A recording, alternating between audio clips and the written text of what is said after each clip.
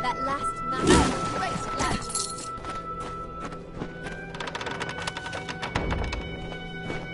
What do you want? Edgar Bastian. Charmed. Always happy to meet a fan. Ah, you're a gladiator. Here to observe the competition, eh? You're certainly straightforward about it. I've been at Magnus's side since he started running these tournaments, and we haven't lost a single one yet.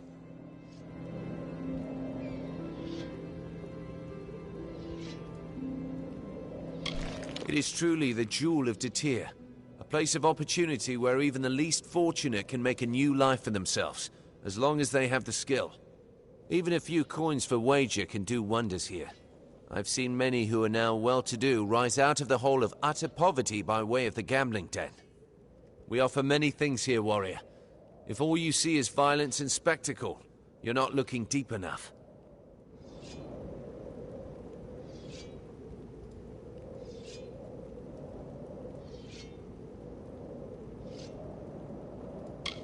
We're the team to beat. We've been tournament champions for years now. We don't plan to relinquish our title anytime soon.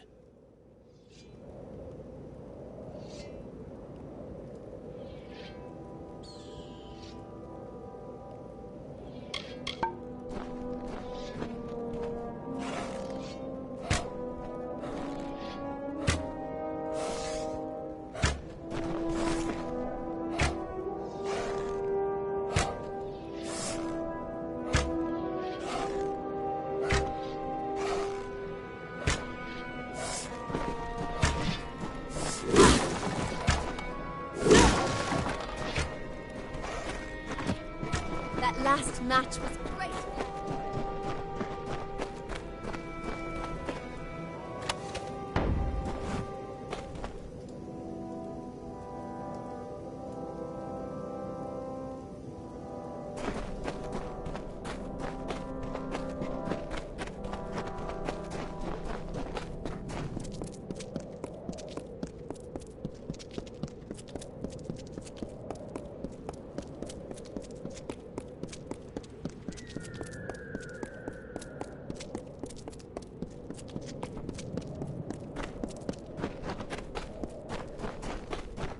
Ready for... All right, so you did pretty well last time. Don't get cocky. It's all uphill from here. Are you ready for another match? You're up against Bodine Borg and his team of magic users. He's a well-trained sorcerer and a researcher of the arcane, but no one's entirely sure why he joined the tournament. He's not a regular gladiator. And what's more, he's made an agreement with the champion to keep the bodies of those he defeats. The fight board's there for any gladiator with the courage to take on monsters from the arena's pen. You'll find all manner of exhibition matches listed on it. The gamblers particularly enjoy betting on those contests. You can never quite know who will win. Good. Join your team downstairs and choose a partner when you're ready. By the way, the champion's made an agreement with the other team's leader. In return for fighting, the mages will get your bodies if they can kill you. I hope you know how to deal with spellcasters. You're up against a couple of mages from De Tyr. Here for research, they say. They don't seem to be the most experienced fighters, but they're confident their mystic arts will win them this tournament. Good luck out there, gladiator.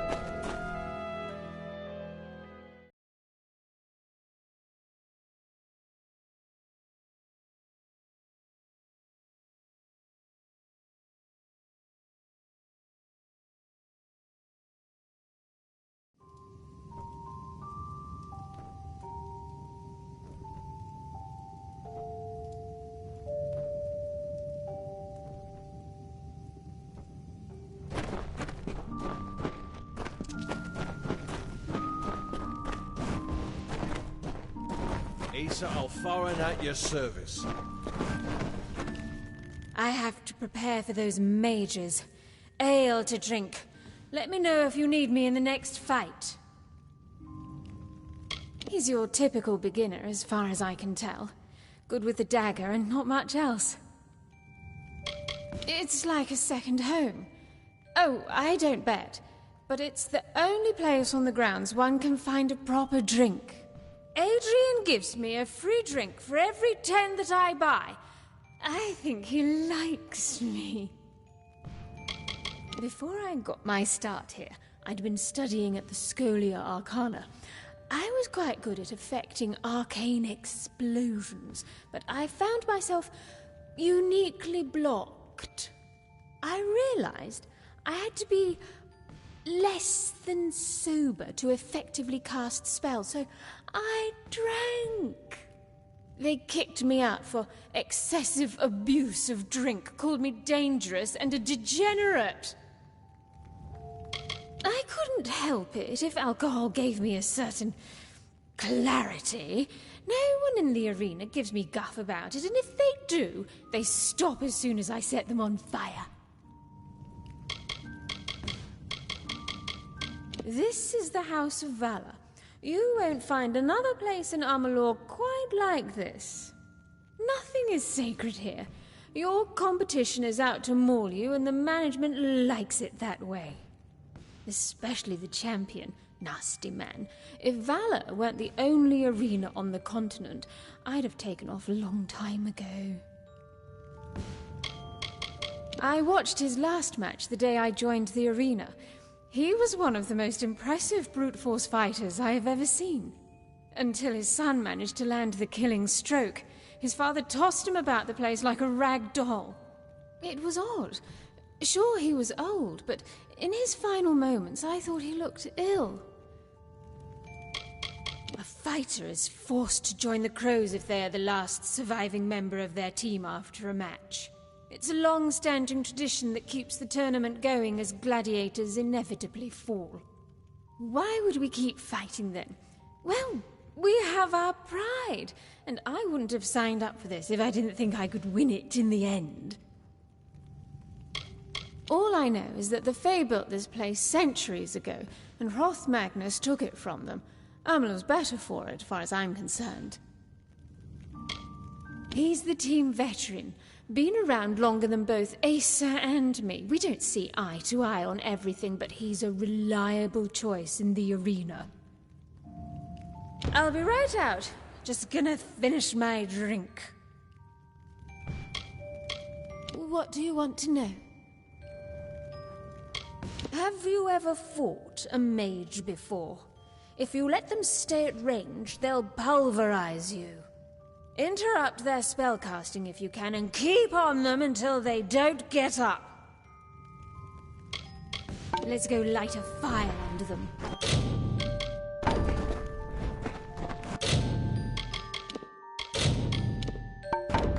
I'll have your back out there.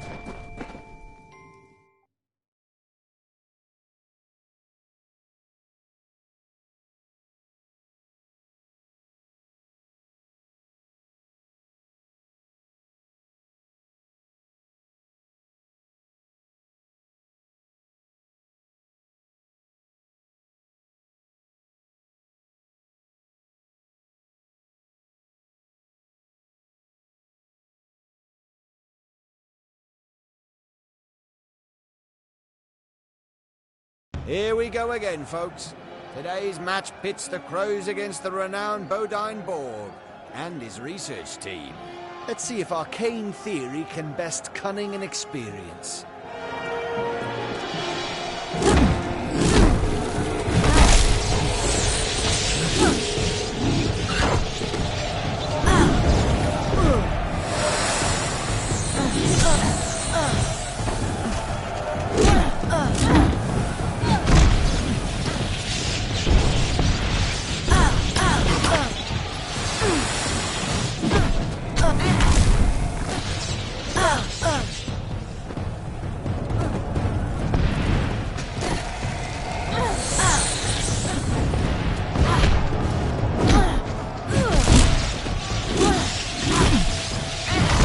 Jakin to receive your rewards, gladiator.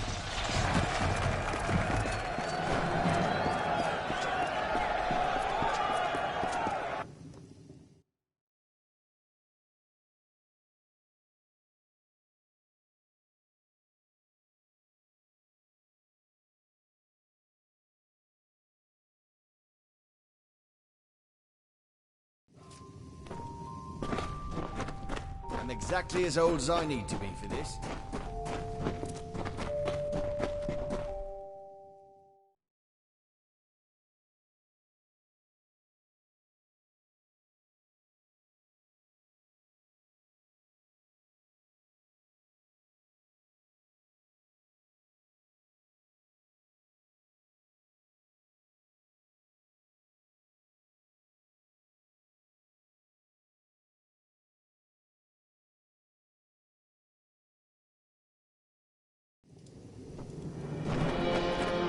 Are you ready for another match? So you're good at manhandling magicians as well. Good. Let's see how long you can keep this up. Here's your money. You deserve every coin. And Joker asked me to pass these along.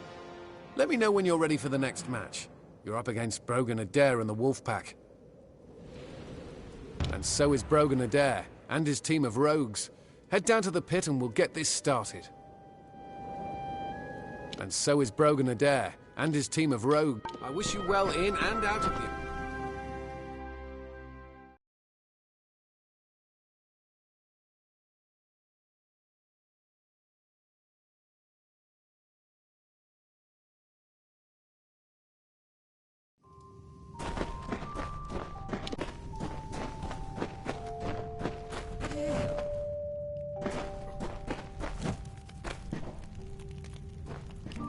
Now, archers I can fight. This'll be fun. I haven't been here long myself. I've always wanted to rough it as a warsworn. Joined up here to develop a bit of a spine. She's a terrifying woman, but a good ally to have on your side. Valor Arena? It's a place dreams are made of. If you dream of people getting stabbed or beheaded, or burned, very badly burned. The greatest gladiator this place has ever seen. Everyone here hopes for a career like his. Even the current champion pales in comparison. No one's even come close to lasting as long, not to mention performing as well. A gladiator becomes a crow when he finds himself the last surviving member on his team. It's a way to keep the tournament moving as teams start losing members. The rule has its roots in a tradition started by the current champion's father. But today it's basically an attempt to draw interest from the fans. Of course, it's not good news for us. The two-man rule means we're at a significant handicap. He's ancient. I'm surprised he can walk around in that armor, let alone fight in it. But he's reliable. I've been practicing my moves and training. We'll be fine, I think. Being a gladiator is absolutely horrific stuff, it is. But I've got the perfect plan to desensitize myself. I'll fight in the arena until the nausea goes away. Their team relies heavily on archers. Make sure you force them to fight on close-range terms. They can't shoot you if you're right next to them. Let's take the fight to them, gladiator!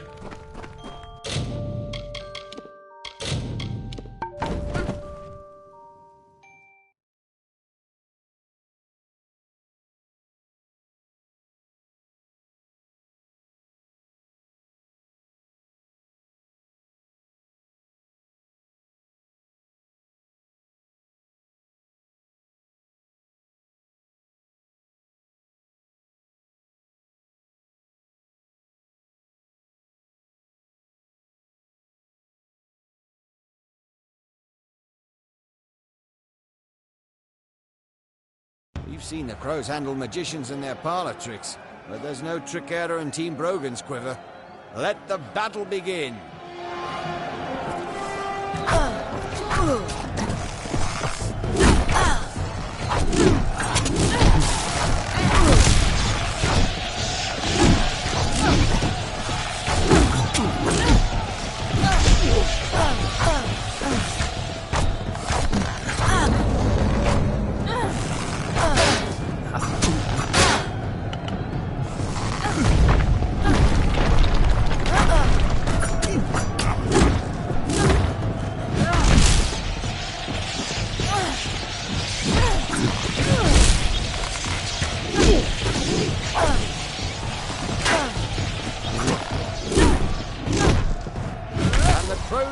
continues, ladies and gentlemen.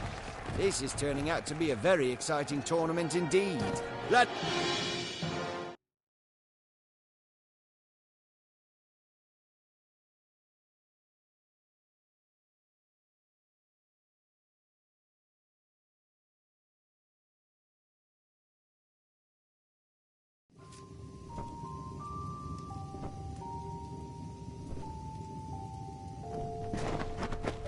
I'm exactly as old as I need to be for this.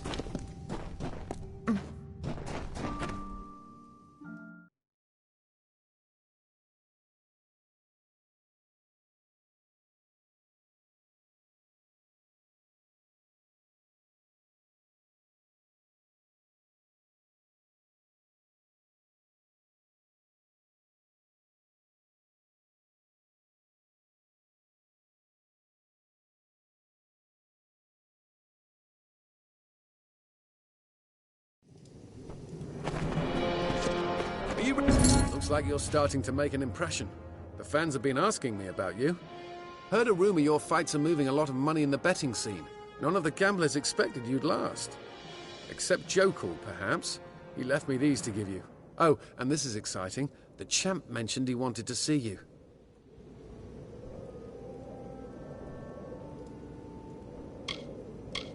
I hope you remain well, Gladiator. The champion wants to see you at the manor. If I had to guess, I'd say he's going to try to steal you from Vigor.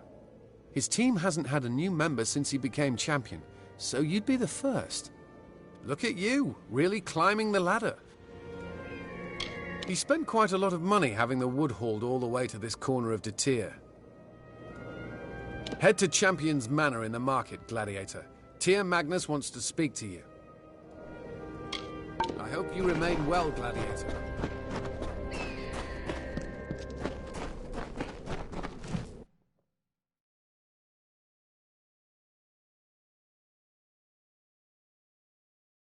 Don't touch anything in here. Good. You're here. Welcome. I'm your Grand Champion. You're doing well. The fans love you. I love you.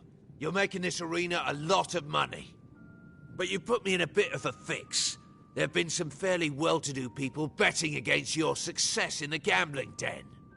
Now, some very important clients of mine are staring down a mountain of debt, and I want you to help us fix this. My father was the mortal champion who took the arena from the Fae all those years ago. The arena's been in the family ever since, and we've made it the Jewel of Detir. Or rather, I have.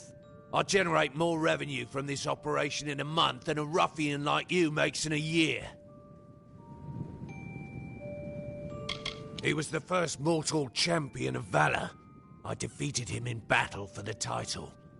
If it were up to me, I would have spared the old man's life. But valor fights are to the death, and I dare say the arena has become a better place under my leadership.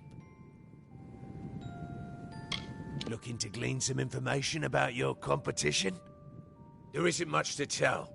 I'm a rich man, but simple, and I've worked hard for it. My father was the champion until I killed him for the title. Regrettable, but look at what I've built from the ashes of his arena. I want you to fight a match alone. Advertising that handicap will generate bets against your success. You'll win, of course, and I'll win my money back. Make no mistake, it'll be an easy match. I'll make sure of that. I just need you to tell Jakin you'll agree to the match. You do this for me, and I'll pay you double for the fight, and bring you onto my team. No more scrapping with Vigor and his goons. Good. Then we have a deal. I've arranged a special match for you against Mad Dog and his mad men. Head down to the pit now. I'll send word for the match to be made. You won't regret this. Indeed we are. You should head back up to Jakin. You have a match coming up. Close the door behind you on your way out, Gladiator.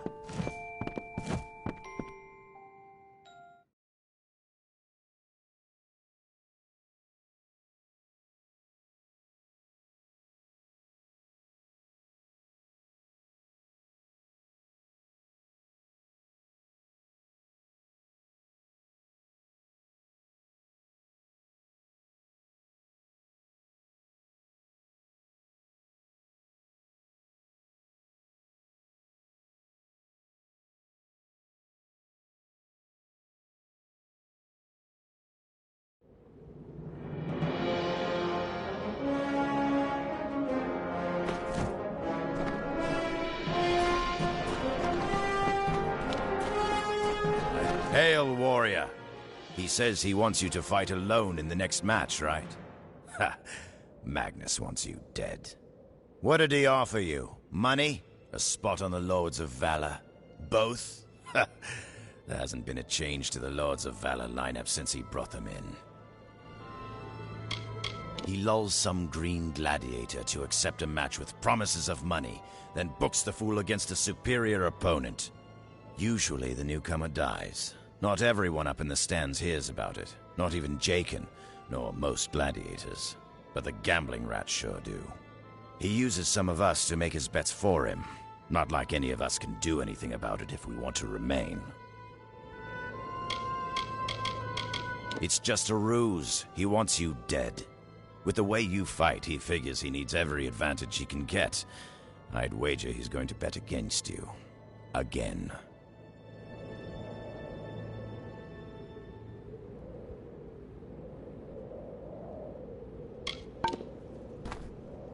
Greetings, Wanderer. Gladiator, you're just in time. Your next match just came in and you're fighting alone. He's a stone-cold veteran named Mad Dog and his madmen. They like to get up close and personal with their attacks, so get ready for a physical fight. Yes, you're fighting individually against Mad Dog and the Madmen.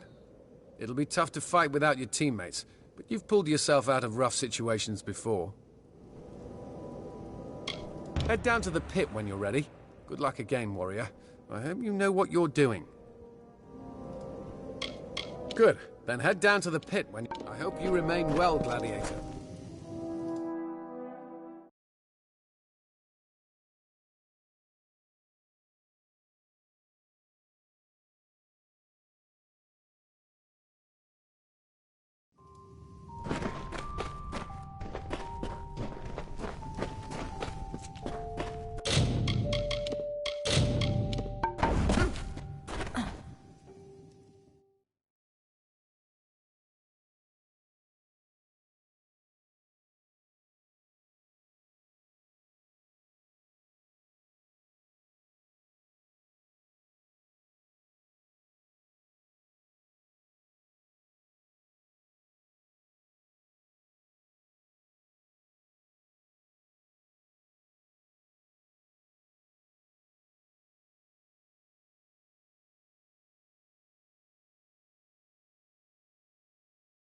Welcome, ladies and gentlemen, to Valor Arena. We have a special treat for you in this next match of the tournament. At the champion's request, the leader of the Crows has agreed to fight the Madmen alone. Let's see if the most promising gladiator to date can defeat one of the arena's veteran teams.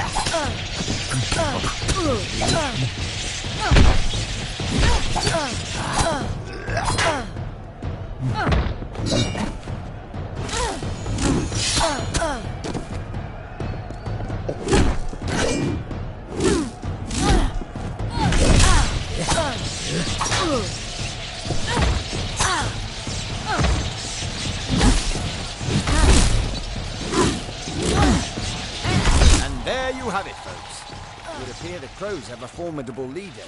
Speak to Jakin for your reward, gladiator.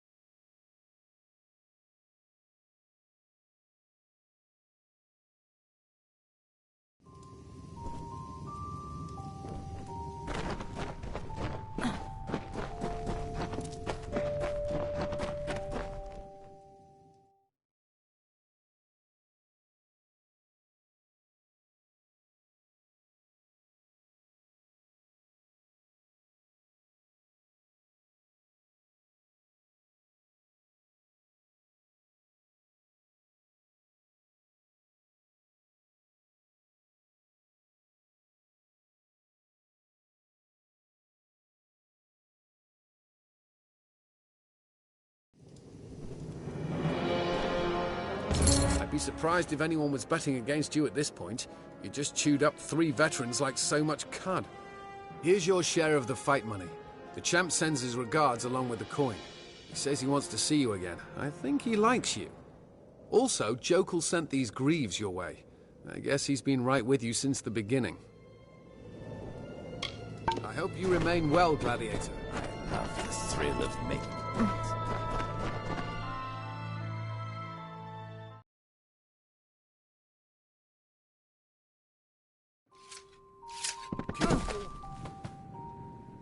That match certainly did not end like I had intended it to. I'll admit that I underestimated your abilities.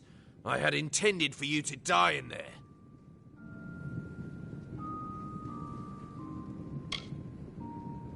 In this place, subterfuge is the name of the game. I'm surprised you walked so willingly into my trap. Or did you? I like to know my opponents. From your expression, I would guess you hadn't a clue. You do well to trust no one in this arena, gladiator. Especially that pustule Jokul. I wouldn't trust him as far as I could throw him, and I could throw him fairly far. Now get out of my house. It's time for my tea.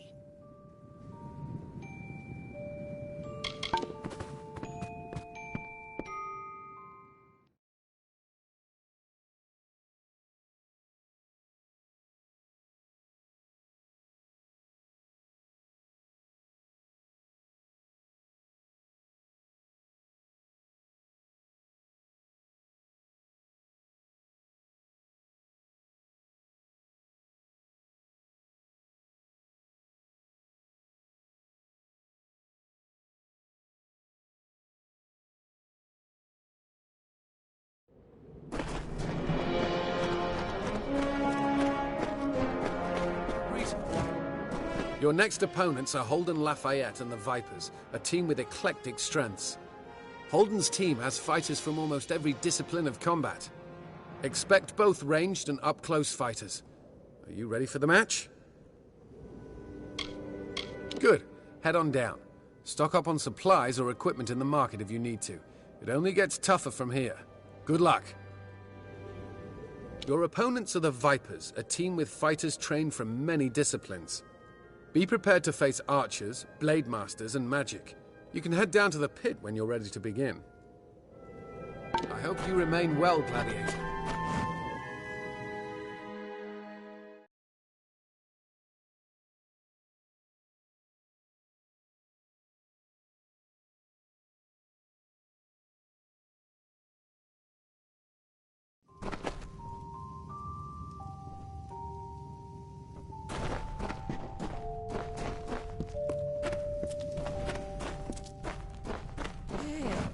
This next fight's going to be easy. Booze. Fire. Those Vipers won't know what hit them.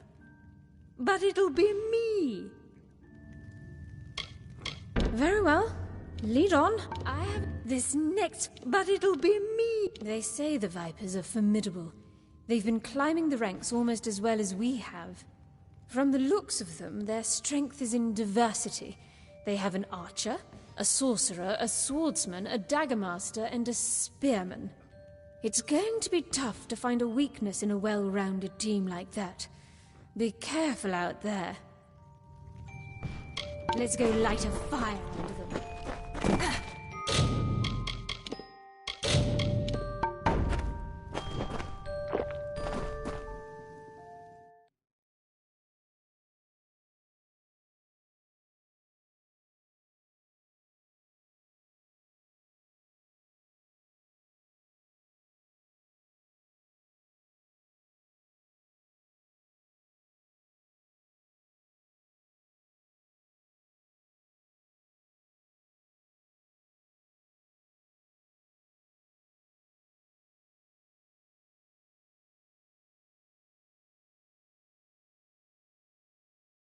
Here we go again, folks. Today's match pits the Crows against Holden Lafayette and his Vipers. Let's see how the Crows deal with the Vipers' eclectic lineup.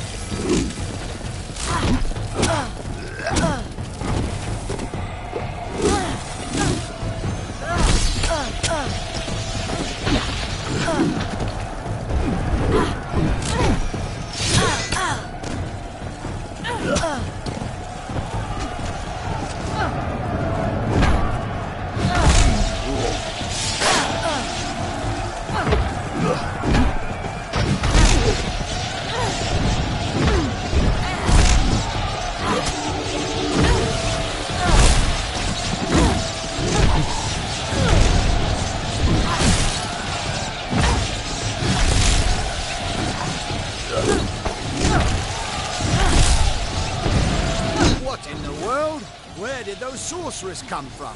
Heads up, Crows. You've got trouble.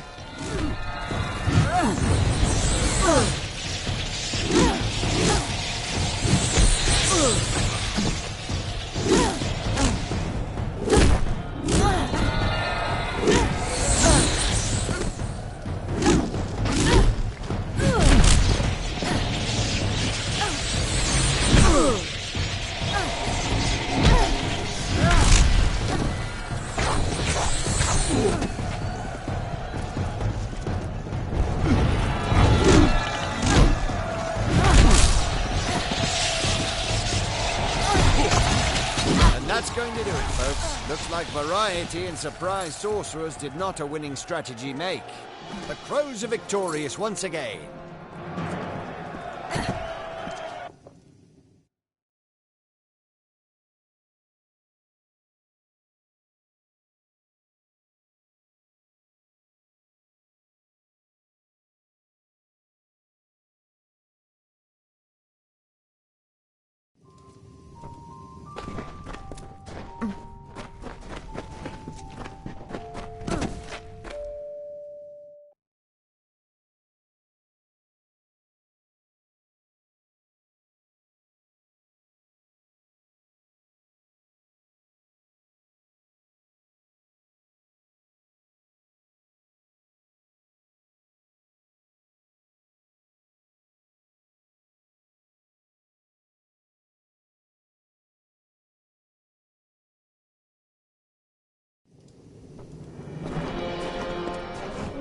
Hey, ease off the grim look, okay?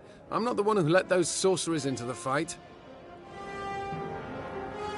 They came in with a contingent of the Valor Guards. Don't know what's harder to believe, that you just won 2 back-to-back matches, or that the champion had jeopardized the arena's integrity just so you'd lose. Who knows how many bets the gambling den has to throw out after that interruption? What a mess! What in blazes is Magnus thinking?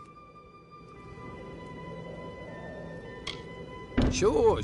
Here it is. And Jokel left you these. You got a moment before your next match? Take a rest. It won't be for a moment yet. Magnus was hoping you could meet him behind the stairs in the market. He, stressed that it is imperative you be there. Head to the market, to the arena behind the stairs. The champ mentioned he wanted to see you again. The champ wanted to see you again, Gladiator. The arena is a crash.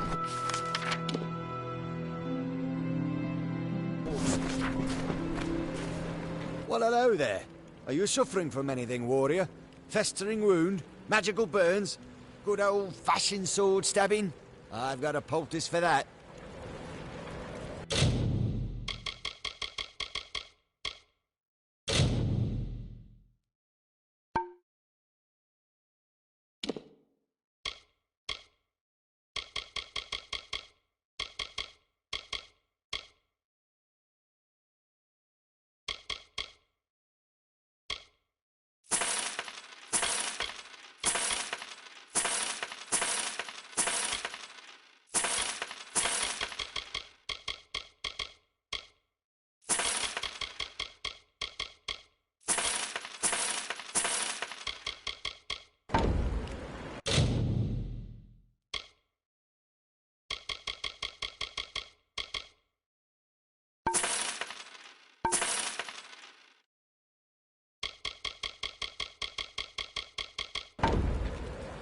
A pleasure. Aches and pains, ringing in the ears. Anything you can't sleep off, I've got a potion for. I don't have much use for the den. It attracts all manner of riffraff, none of whom have much need for poultices. A fate weaver named Franz Engelhardt has made the den his home. However, I hear he makes good gold off the gladiators and gamblers. It's a veritable gold mine. The fighters here are most appreciative of salves and poultices. They pay me an arm and a leg to make sure they keep their arms and legs.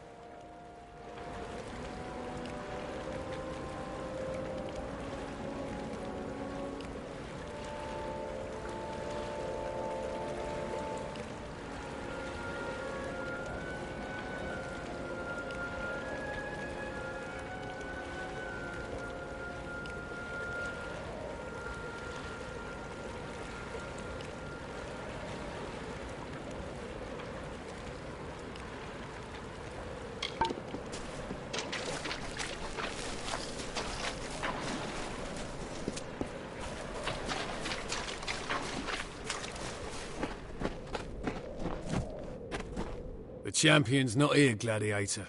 And if his plan worked, your friends are in a worse condition than you're about to be. He should be forcing them into the arena at spear point as we speak.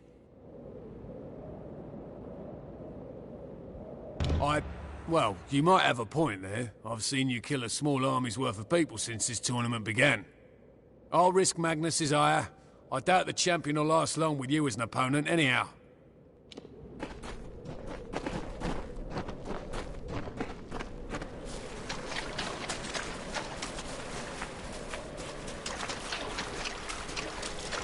My poultices can heal any wound. Hey there. Do you have any weapons that need maintaining? I'll get it done cheap, and I'll get it done well.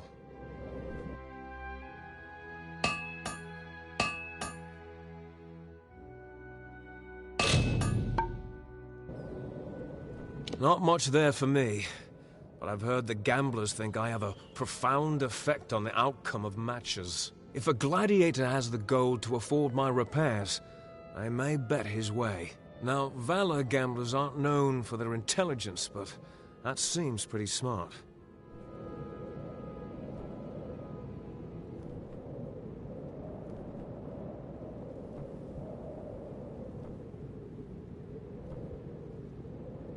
I challenge you to find a better blacksmith in the region.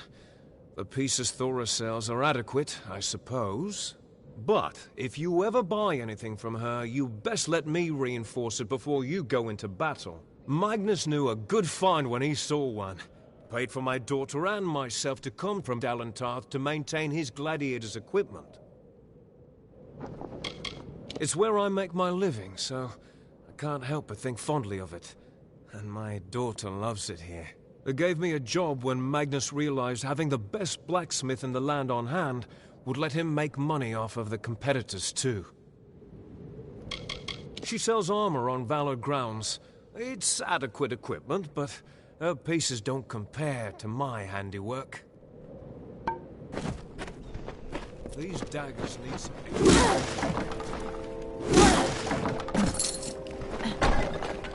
I hope I have enough money for repairs. This studded leather is... Gladiator, where have you been? The champion has your entire team down in the arena. He's forced them into a match, and he's got trolls in there with him. I had someone steal a look at Agni's books. Guess who just dropped a wager against the crows to the tune of 100,000 gold pieces? Your friend and mine, Tyr Magnus. While you were out gallivanting, Magnus went down into the pit with a squad of guards and forced your team to enter the arena. I hope so. You're not going to have a team at all in the next couple of minutes. Where have you been, Gladiator? Your team's next match has already begun. The champ forced your team into the arena so quickly that we didn't even have time to get an audience. Hurry! The crows are fighting for their lives down in the arena. The champion's thrown them in there with several trolls. Good luck out there, Gladiator.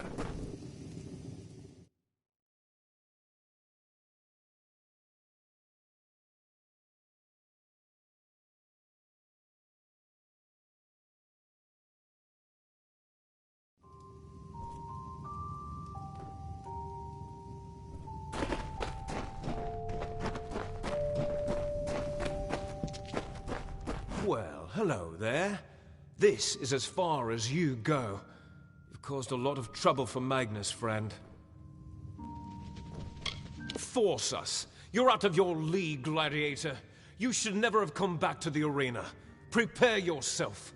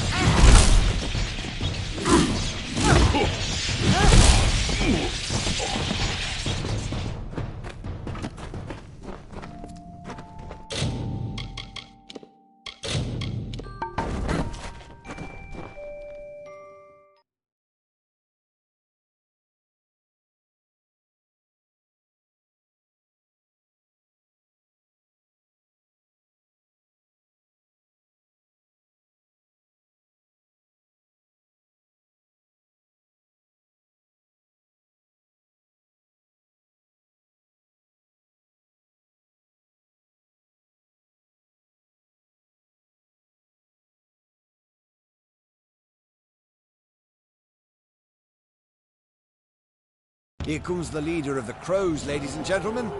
Arriving fashionably late, it appears. Will she be enough to turn the tide against the vicious troll?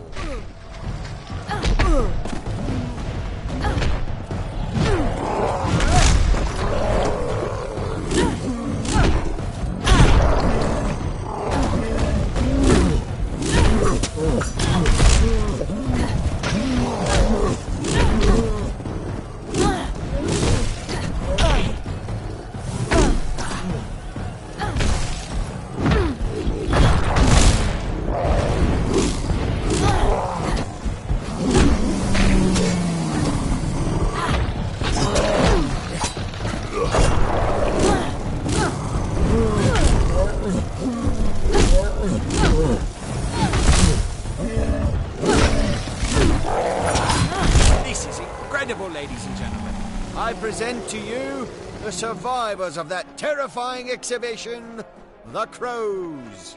What can the champion possibly muster to throw against them in the next match?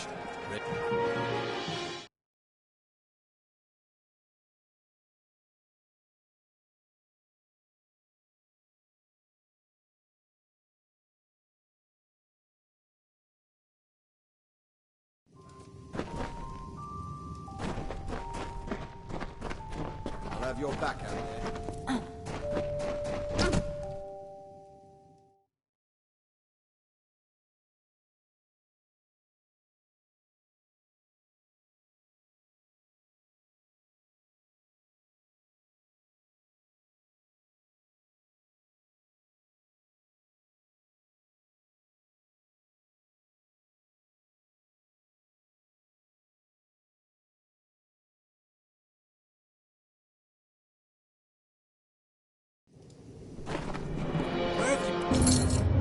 Magnus threw everything but the sun and the moon at you, and you still made it through.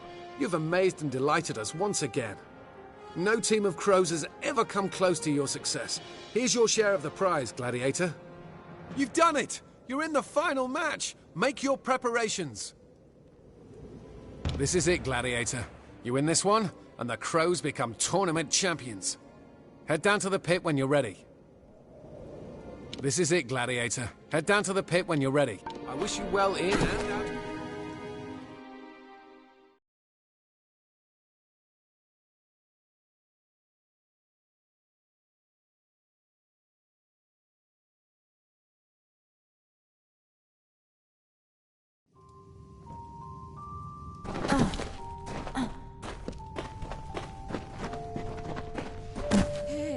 The next match is the champions hired all kinds of fighters to face us. Be ready for anything. I really have had quite a bit to drink. They don't stand a chance. The Lords of Valor are a well-trained combination of warriors, dagger masters, and sorcerers. Nothing we haven't faced before. That said, this is the championship and they'll be hungry to win. Don't let your guard down. We've fought the likes of them before. They're just better paid than the rest. Don't hesitate now. We've got the champion right where we want him.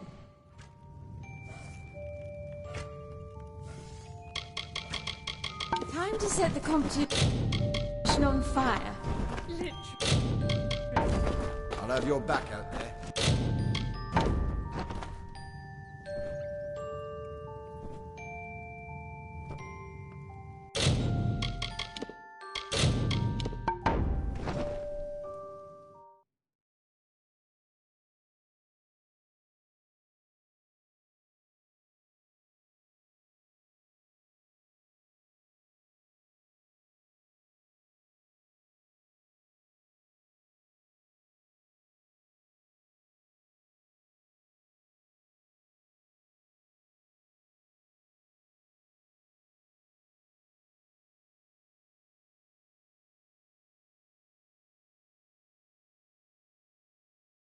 Here we are at last, ladies and gentlemen. The moment we've been waiting for. The team that wins this next match will be crowned tournament champions.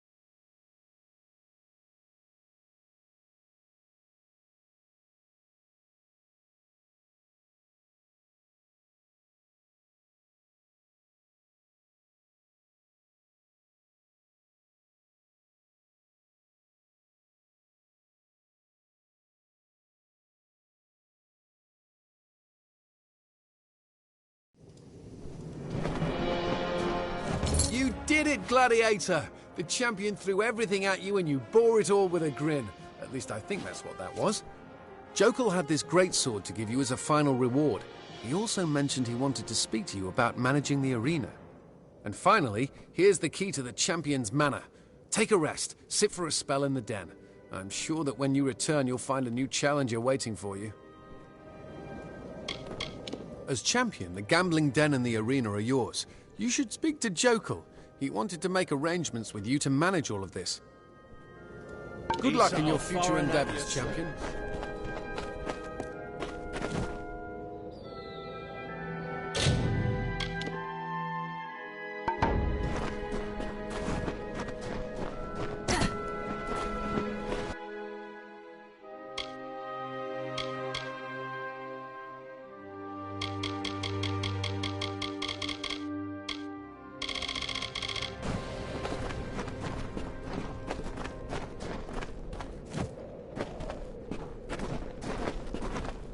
You'll need a killer instinct if you want to make...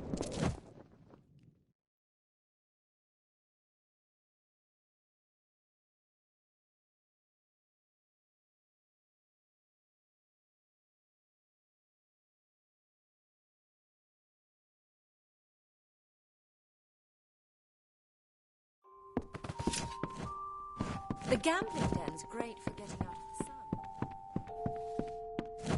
Hell. We're tournament champions now, I suppose. This is funny. I thought I'd feel more elated.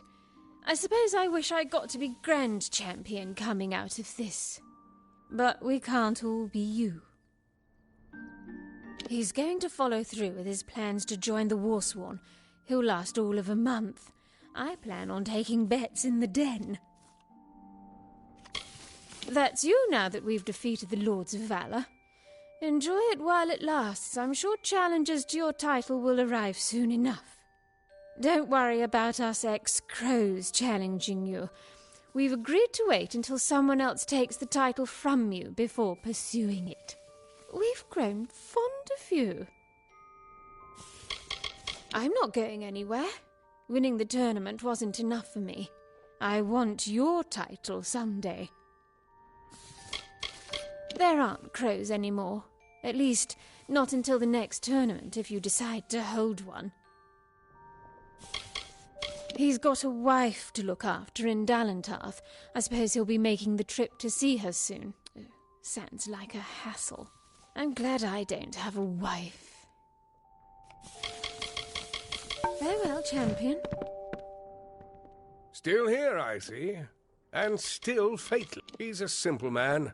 Cares for only one thing and pursues it with a single-minded focus that many lack. You'd be wise to exercise caution when it comes to our champion. He's a fierce competitor, even beyond the arena. Nothing like a swig of cool ale after running around out in the sand. Hail, Gladiator! Can I offer you a drink? I'm sorry, champion. But good luck out there, Gladiator.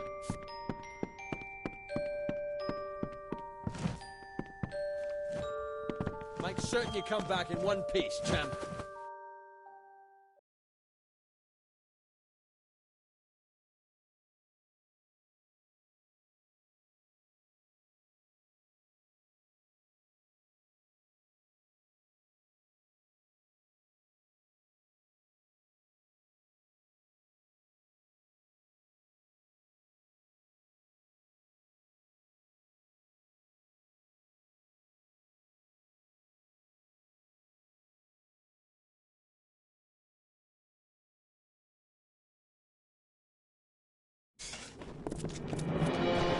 Good luck out there.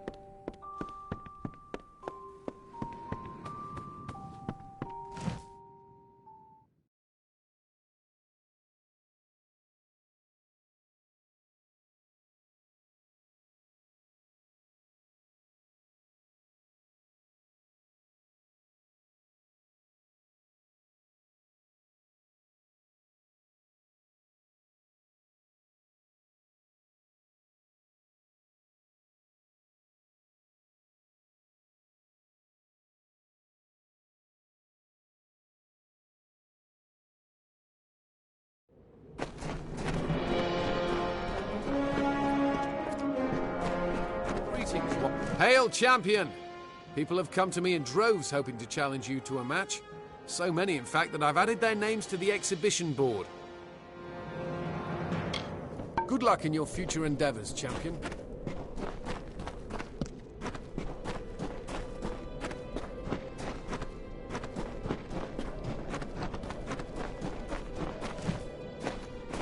Champion!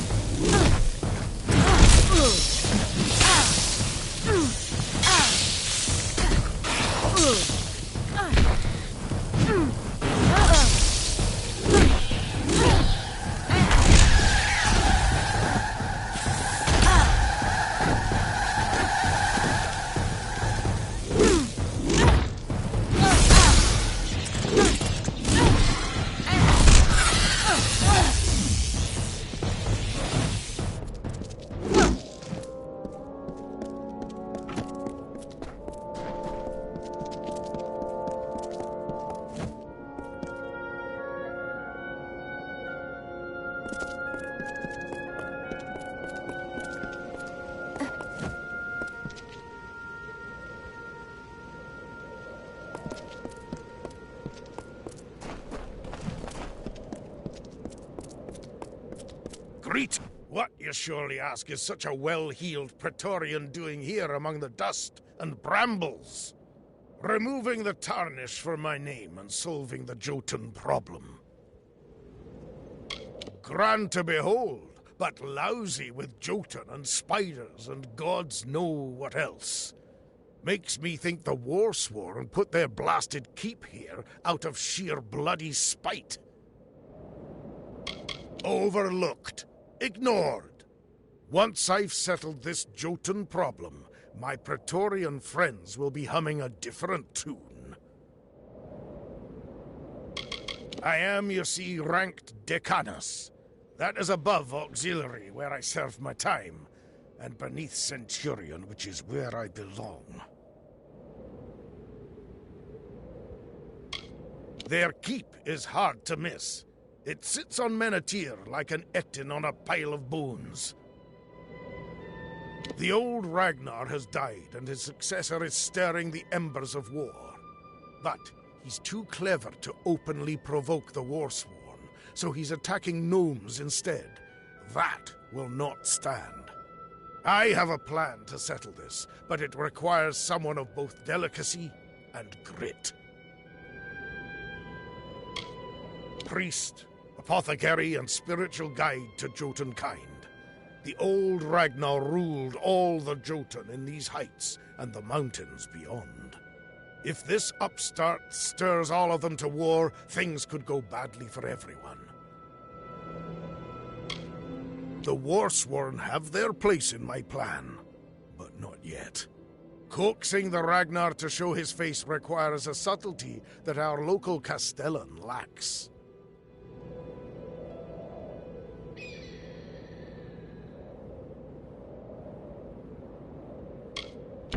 Yes, I think you do. First, we must find some new and better enemies for the Jotun.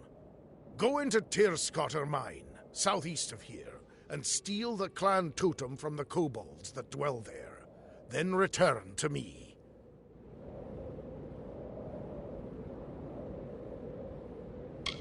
To reclaim it, the kobolds will fight to the death, and as for the Jotun, well, one thing at a time. There's a good deal to be said about them. None of it nice. You hear tales now and then of Jotun guards and Jotun soldiers. I'll believe that when I see it. Brutes! Tyrscotter Mine is full of the little filchers. If you ask me, they're worse than the Jotun. Tyrscotter Mine cuts into the hills of southeastern Menethir. I don't know where in the mine the clan totem is kept, but it is there. It seems the old Ragnar had some wisdom in that slab of a skull, kept a shrewd balance between infighting and angering his neighbors. But now he's dead, and the new Ragnar fancies the warpath. But that won't be good for anyone. We'll never know if the mine collapsed because of the kobolds, or if the kobolds got in because of the collapse. Either way, it's theirs now.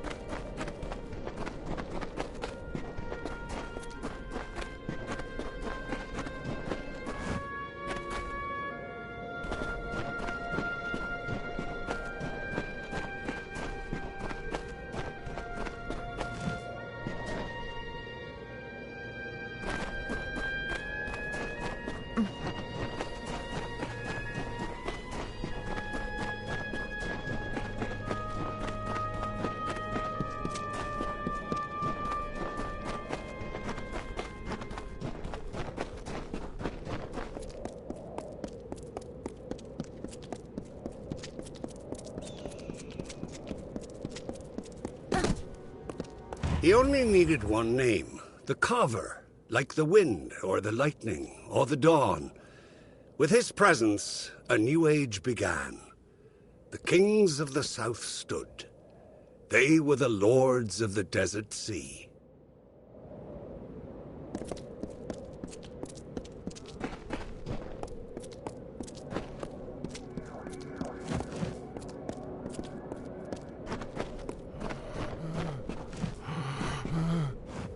Normally, I'd advise you to take a leap off that ledge, but at the moment, I find myself in need of aid. Don't think you'll get anything out of it, though. I certainly won't teach you anything. Damned kobolds is what. Poison spear to my leg and it's begun to fester. There are things for it, easy to gather myself. If I could walk. Foul stuff. I never touch it. The natural course of healing's best, if you ask me. I'd be grateful, but don't expect any wisdom or a fine-crafted gift. Hermits have little to give. I'll need spider sack ichor, fenrack from the canyon below, and grist from a Jotun's cookpot. Can you get me those? Some spider sack ichor, fenrack leaf from the canyon below, and grist from a Jotun's pot. How many times must I repeat it? An old man who's had his fill of the world.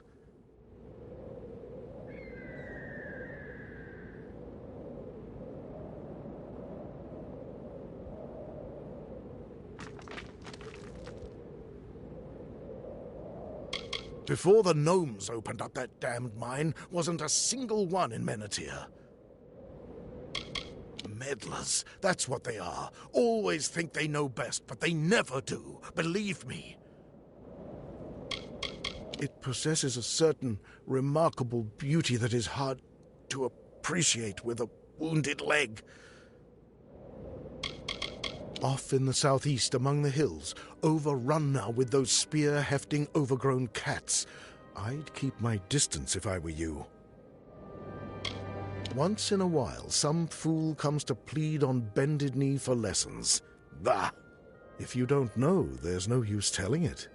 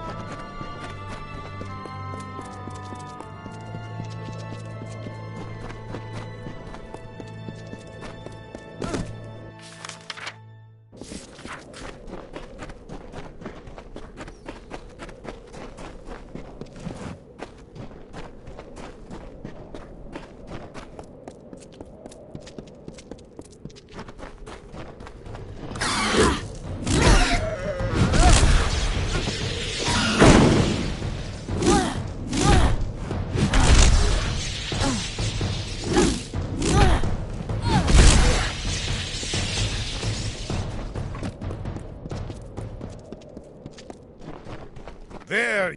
Ah, you have the totem. Good.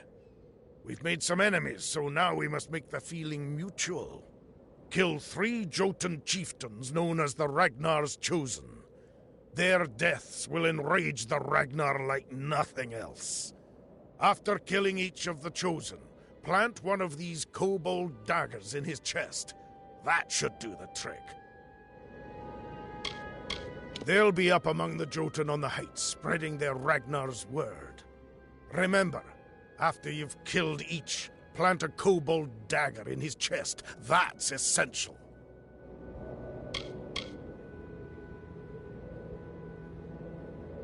Look! It begins!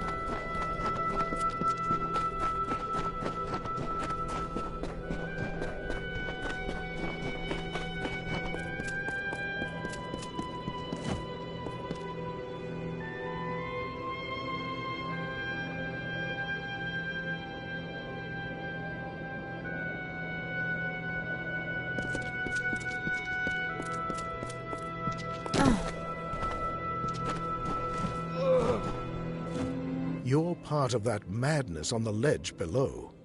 On with you. I'll have no part in that. No, but another hour won't make any difference. Go on, get those gnomes off my ledge.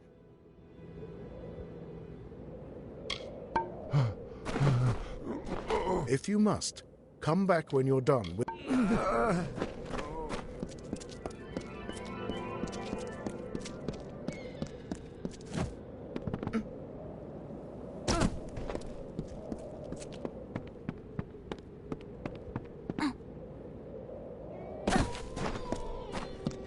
Here, you see, it all falls beautifully into place. The kobolds will come for their totem. And this new Ragnar will see a challenge that he cannot ignore, and a battle he'll think he can win. Of course, neither he nor any will survive it. To reclaim it, the kobolds will fight to the death. To a Jotun, it's no more than a banner. But a banner planted in their ground is a challenge, and Jotun are proud creatures. Well, there may be a victor for a moment or two, but in the end, I will be the only winner you will see. Meet me on the height above 2 paths. What are you doing?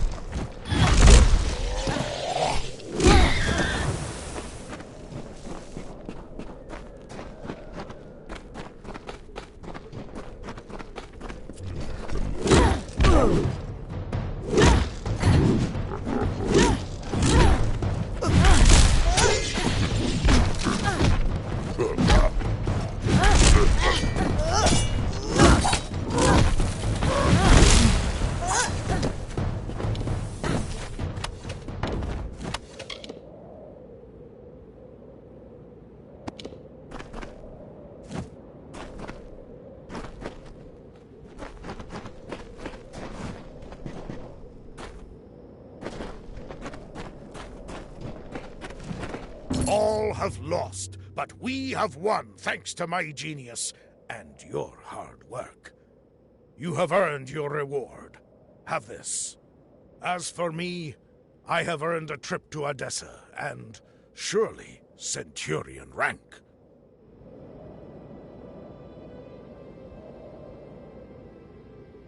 If you haven't already, you should visit our grand city. It's a sight to behold. Soon to be a memory.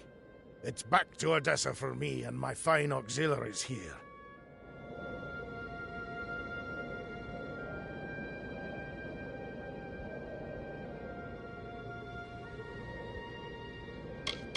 I've single-handedly squashed a Jotun warpath. Of course, that single hand was you, but why quibble? They'll have to grant me Centurion rank now.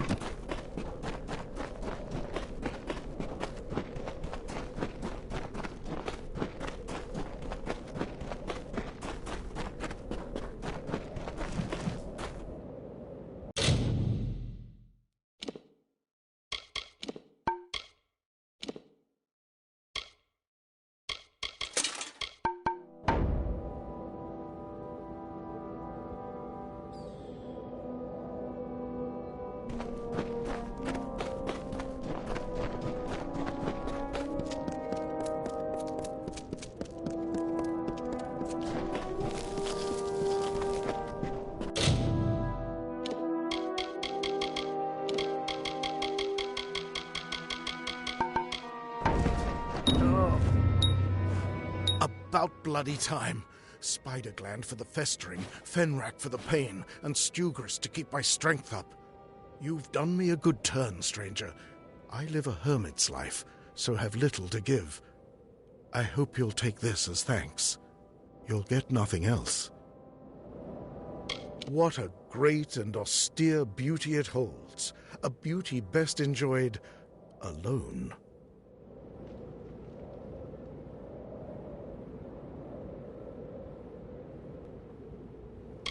Once in a while, some fool comes to plead on bended knee for lessons. Bah! If you don't know, there's no use telling it.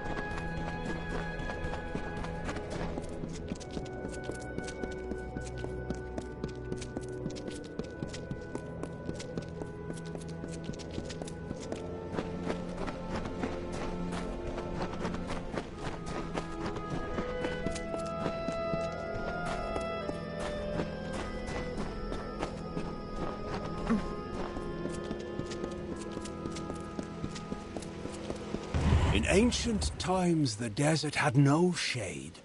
The sun burned the land to ruin. The rivers disappeared, and the animals hid underground. The people cried to Helios for mercy, but he didn't answer their prayers.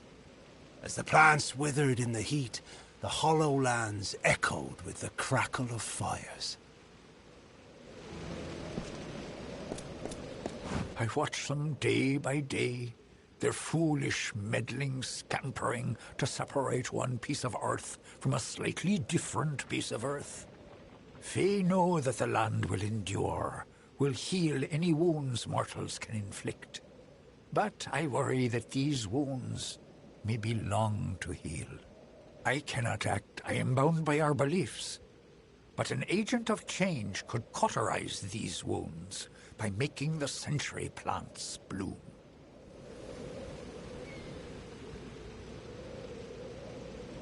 Have you met her? Fair and dark as the night itself. She will sleep until my time is past. Then I will lie down and dream while she walks the sands. I shepherd the surface while Orenda sleeps beneath. I await the day when I may lay down to rest as Orenda does, beneath the sands. The mortal's growing influence in this world wearies me. Normally they blossom only every 100 years. The land stirs and wakens, and what was worn away rejuvenates. That is the way of things. In ages past, we danced in circles on the dunes and sang sweet songs to the distant peaks. Now I alone walk here, while Orenda dreams in reverie below. The little mortals, you mean?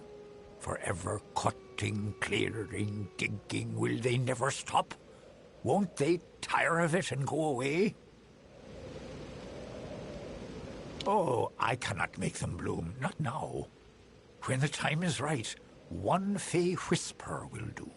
You mortals are not bound as we are. You can grow such things out of season. You wouldn't know with these little mortals here.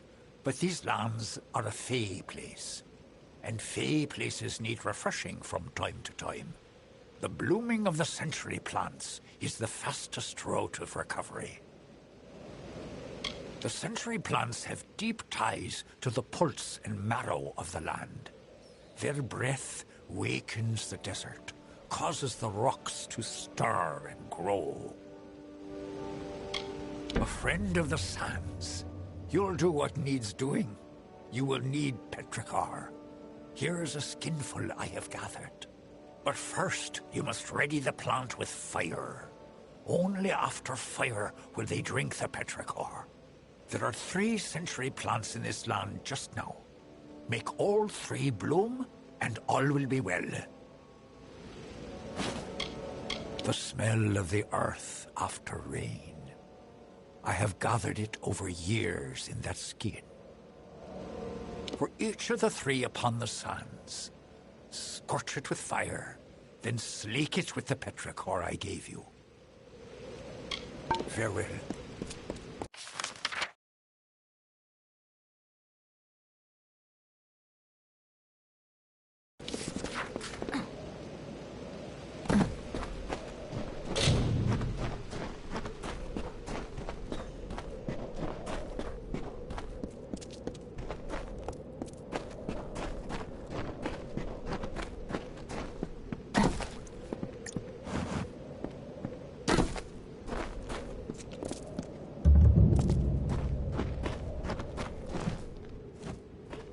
Looks like I'm in luck. Didn't expect to see so heavily armed an adventurer wandering into our camp. Are you interested in a job? I've got a fey beast situation I need taken care of. Excellent. A pack of wild fey have holed up at the canyon hill site at the top of the ledge. I've already dispatched a scholar to investigate, but he hasn't returned. You'll find him near the road towards the mine. I'll have more information for you there. But it isn't useful for much else. The coward refuses to go near the fey. Get to the site and figure out why those blasted things have come out of the mine. And then get rid of them. Speak to the scholar when the deed is done. He'll pay you. Our scholar, Incer, ought to be at the canyon hillside, getting to the bottom of this damn holdup. He ought to be back already, telling me how he fixed it. If you do see him, give him a kick for me and tell him to get on with it. I've got miners just standing around not mining.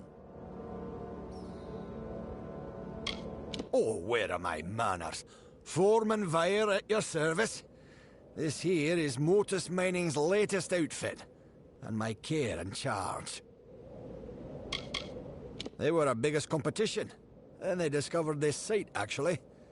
When we caught wind of it, we made sure to get up here with a bag of gold for each of his workers. So they promised to work for us instead, of course. Work like a charm. Poor Edgar Edder never found a way to recover from that. There's no one else to run his mine. He probably couldn't find the money to pay them even if he found new staff. If I sound proud of us, it's 'cause I am. It was a big victory for Motus. I've seen some strange things. Flickers and flashes from the top of that mountain. No idea what causes it, and I don't want none. We've got our hands full down here as it is. He's a weak-eyed, knock-kneed, biscuit-biting excuse for a scholar. But he's the one I've got, so that's that. A forsaken, wretched wasteland with more beasts than grains of sand. Still, by the domes of Odessa, I'll not see this venture fail. They're cowards, the whole lot of them. They came scurrying back, complaining about the passage to Canyon Hill site, blocked by Fey. Now they won't go near the eastern ledge and me without a single Praetorian to deal with them.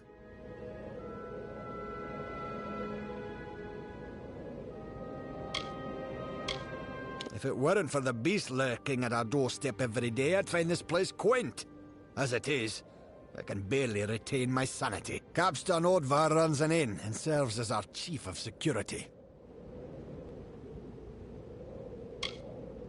I've received reports of strange happenings in those caverns. One of the workers claimed he saw horrifically scarred men wandering near Saltwell Mouth.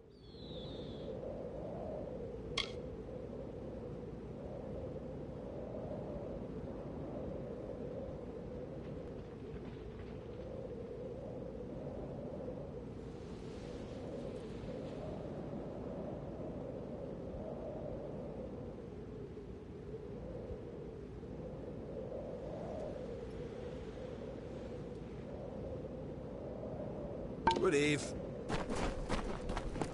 Winds in the Hollowlands can be fierce.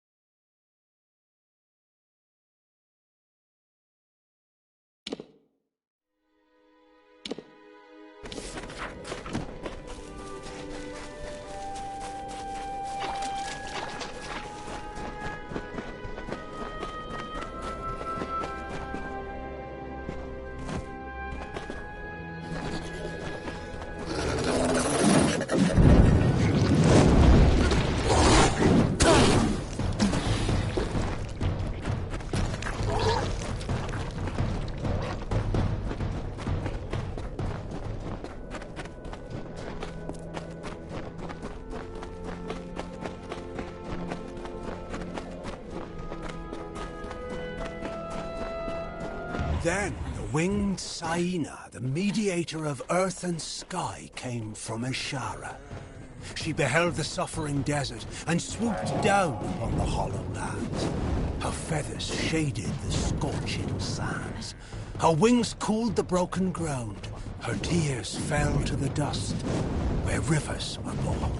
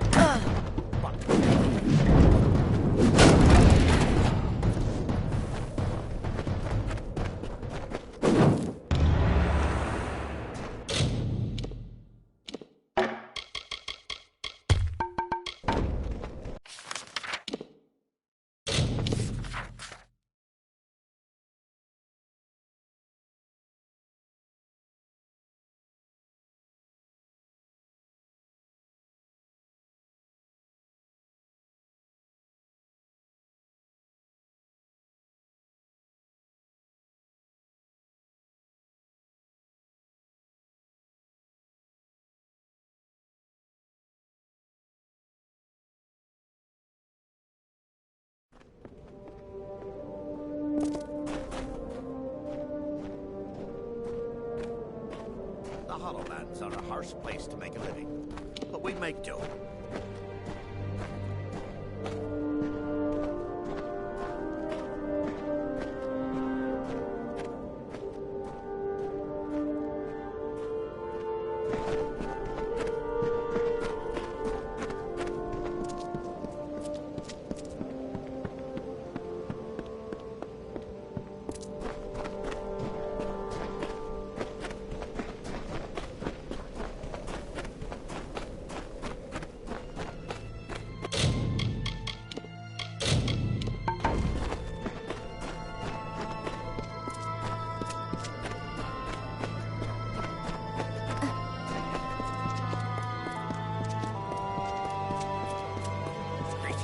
I can smell them on the dry winds. Your eyes may not see the natural decay, but I assure you, it is there. The little meddlers may do their worst. The Hollowlands will endure it and mend the wounds they make. For now, then.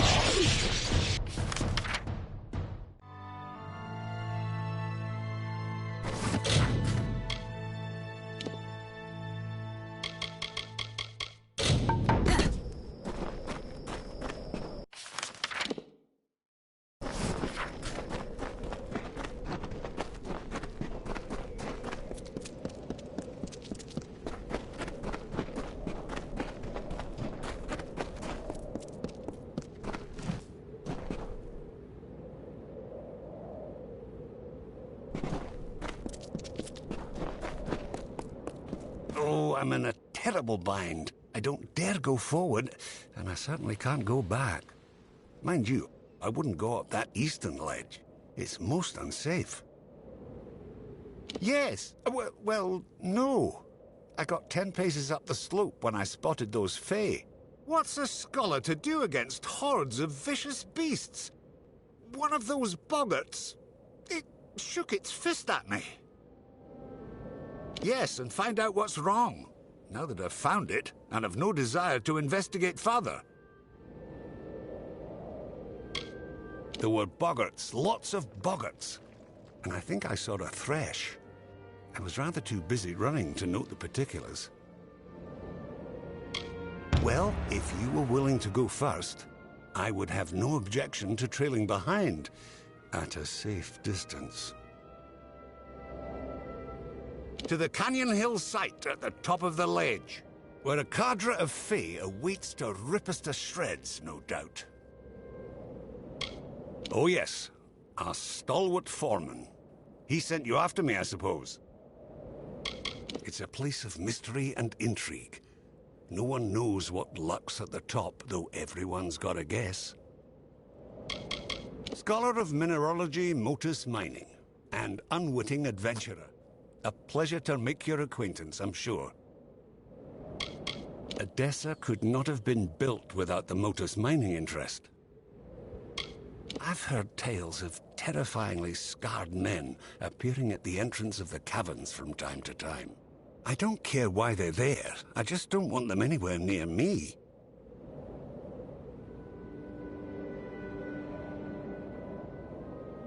Lead the way. Up the slope we go. Oh my, oh my. There they are. Dispatch.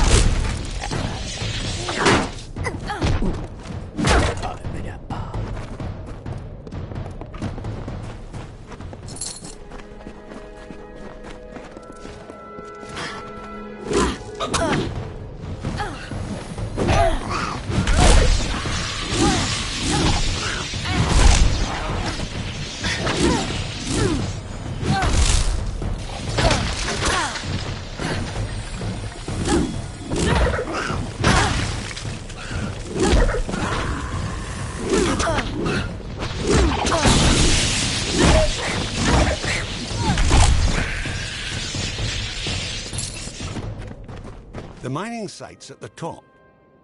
I've yet to discover a reason for their presence. Let's keep going.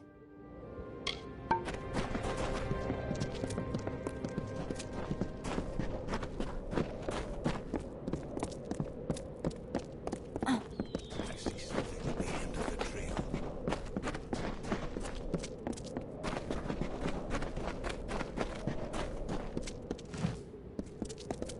Another, come to steal the light, come to trouble the reverie.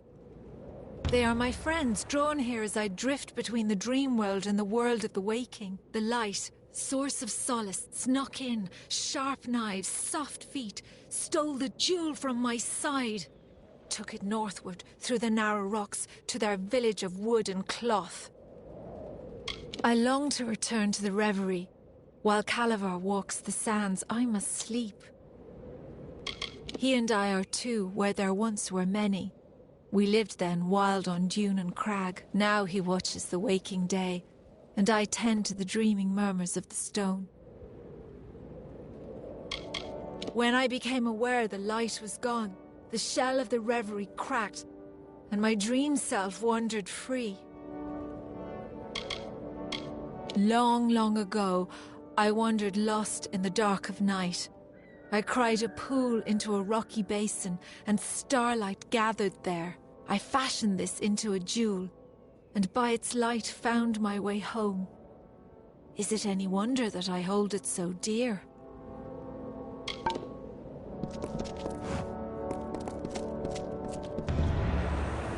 It's beginning to make sense. This Fey maiden is real, but I believe we're speaking to a projection of her as she dreams. There is a Fey hollow under this mine, where I'll wager she sleeps. And these other Fey, they're drawn to the power of this projection. Restoring to her this light she speaks of might calm things down. Find me at the Motus mining office when you return it to her. I'll make sure you're duly compensated. No, I feel quite certain. The maiden we see here is a projection of her dream self, as she calls it. The real Fae's asleep, somewhere in the hollow below us, I'll wager. And these other wild Fae are drawn to the power she exudes while in this form. Most likely return what was stolen to the Fae maid within the hollow. That is how these things tend to go.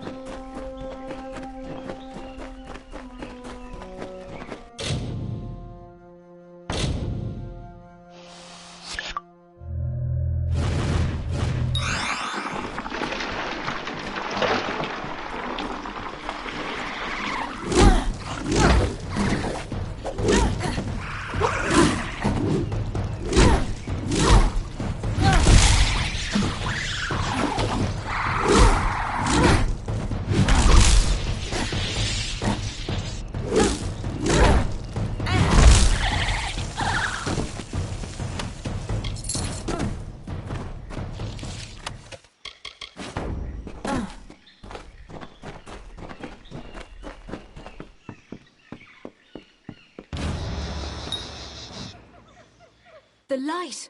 Return to me! Did you do this? The blessings of the thorn and shadow be upon your head, little mortal. Now leave me to the reverie, and the deep shadow and the far wind sighs. Now I have the light, the reverie will be untroubled. Now leave me be, little one. Leave me be. I long to return to the reverie. While Calavar walks the sands, I must sleep. This is home, the place of power. I can feel the mortal's presence above, taking, chipping away at the land. Calavar will not be pleased. Ah.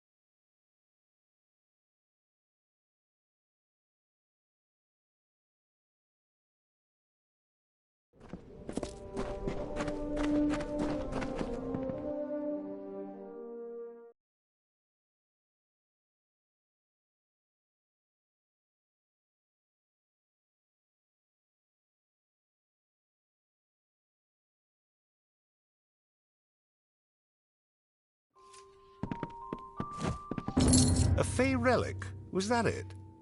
She called it a light. I wonder what possessed those fools to steal it. No matter. Facts are, without you, I'd still be tugging my beard at the bottom of that slope. So please have this.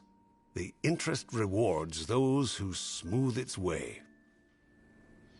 All this caused by a stolen jewel.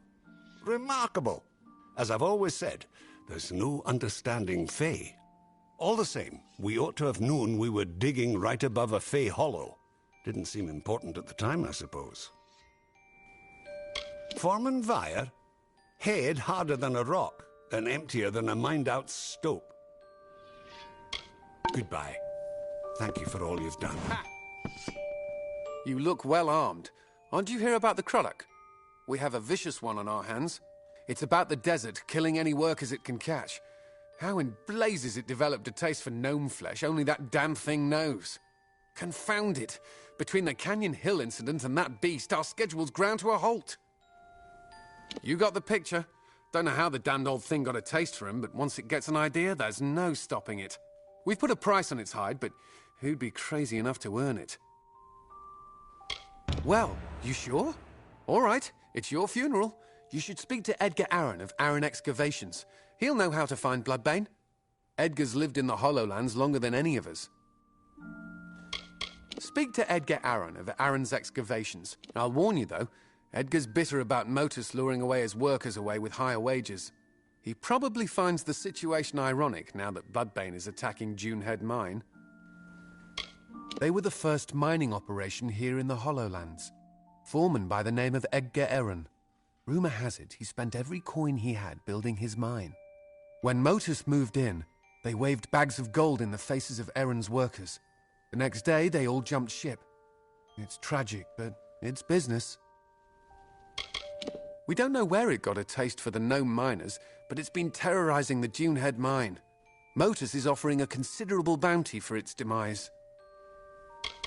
Once word got out that Edgar Aaron had found this mineral-rich site, Motus rushed to get an operation set up here. I'm all the muscle they bothered to send. I'm the lone guard Motus hired to protect this place. They've given me a Chief of Security title, but that means nothing when I've got no men to command. Now we've got a Krudok that's more than a match for a small army. I know better than to go out there alone. No one knows what's at the top of Cloudcrest, but that don't stop folks speculating. I've heard the first Fae set foot in Amalur came from there. That'd explain why there are so many of them in Detir. Aran Excavations? They're the other mining operation in the Hollowlands. Motus's only competition. Not particularly stiff competition, mind you. Especially since Motus wooed all of Aran's miners with much higher wages. He's the foreman of the other mine here. He knows a thing or two about the Hollowlands. Been surveying this place long before Motus moved in. He ran Aran Excavations until Motus hired his workers out from under him. It's tough, but that's business. I'm not sure what he's up to these days, but he hasn't left. Know it as well as my own calloused hand. That's why they pay me good gold to sit here. You won't find much on the surface here, but trapped below is the salvation of Odessa's future. We've the raw materials under our feet to equip entire armies. And that's why you'll find Motus mining and, such as it is, Aran Excavations digging here. I've heard the rumors. They might be saints or bastards, but they've coin to spare, and that's enough for me. We don't have separate rooms, but we've got beds upstairs. It'll cost you, though. We're the closest thing to an inn for leagues around us. Are you enjoying your stay? Those beds aren't luxurious, but they're better than sleeping on the ground. I've heard bizarre tales about those caves. The workers swear they've seen ghastly men, ravaged by some plague or foul magic, pacing round the entrances. You look like you can take care of yourself, but you should be careful out there. Flourish in such a warm environment. Oh.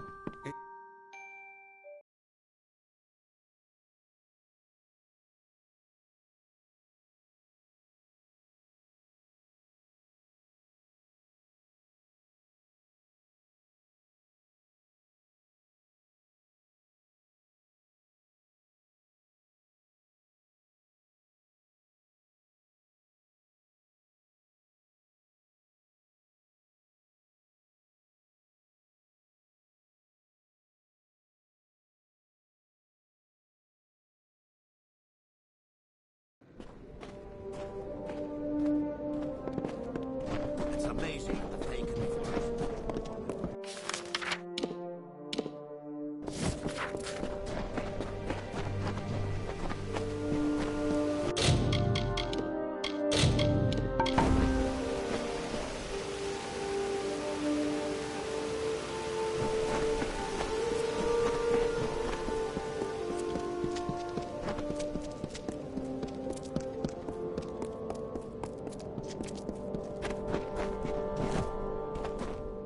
There's no work here for you, stranger. Check with Motus if you're looking for a job. You'll not find one with us.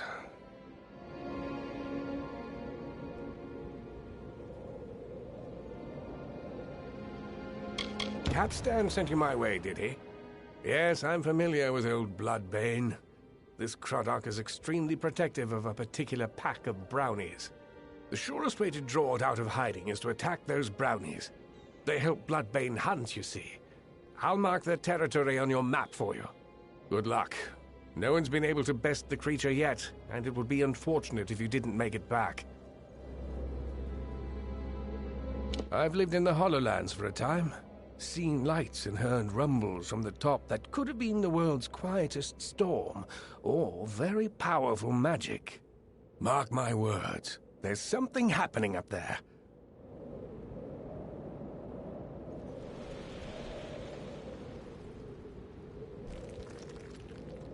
I've spent a lot of time here in the Hollowlands, living off the soil and the wildlife. I thought I'd finally made a living for myself when I discovered the mineral deposits here. Not sure what I'll do now that Motus has stolen my workers, but I'll think of something. Motus will get theirs someday.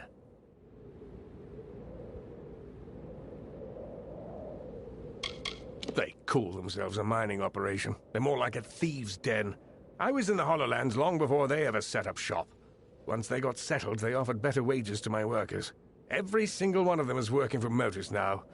I couldn't compete with that kind of money. I hired a small army of gnomes to help me with the mine. Spent a lot of money transporting them here and gave them a good living. And the miserable bastards have the gall to leave me for Motus.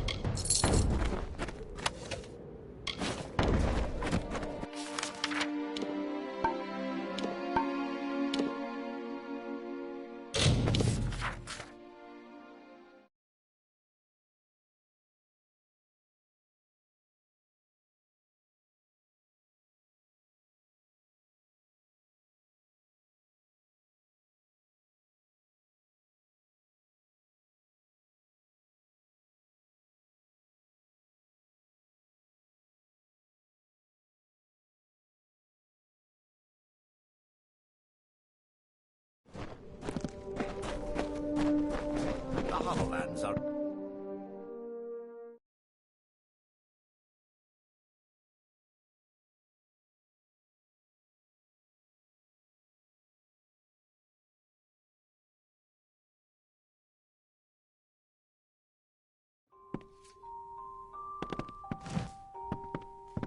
Oh, it's you. I've been hoping you'd come by. The miners report no sight or sound of Bloodbane since you ventured out into the desert. That means they can start work on the Dunehead site, and that you've earned your pay. Thank you for ridding us of that menace. If you hadn't happened along, who knows where we'd be? In whatever that thing calls a stomach, I suppose. You're welcome here any time, friend. Though there's not much to do but swing a pick at rocks.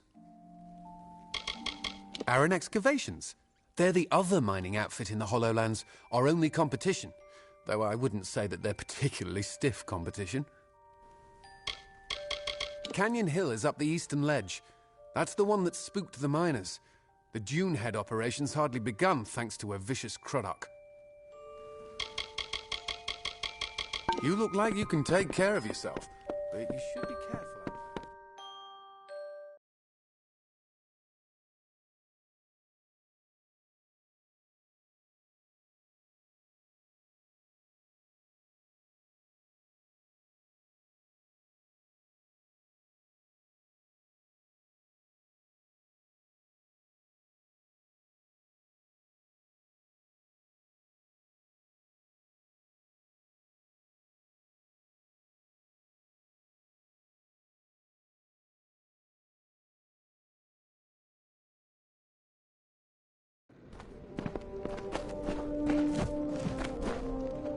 Thank goodness you're here. It's my miners. They've gone deranged. Bless my beard. Just as both sites were coming back to full operation, the lunatics fled out into the desert. I tried to stop one of them and saw nothing but a blank stare and a strange light behind the fellow's eyes. He looked cursed. This is the work of that Fae, the one who sits atop the hill on the outskirts of town. If you can find that Fae and make him fix this, you'll be duly compensated. Damn right, there's no other explanation. He calls himself Calovar. Polite enough fellow, I suppose, but I've never trusted him. When we first got this operation up and running, he'd appear out of the sands every once in a while and try to convince us to move out. It's so obvious now. I'll bet he was behind the other problems as well.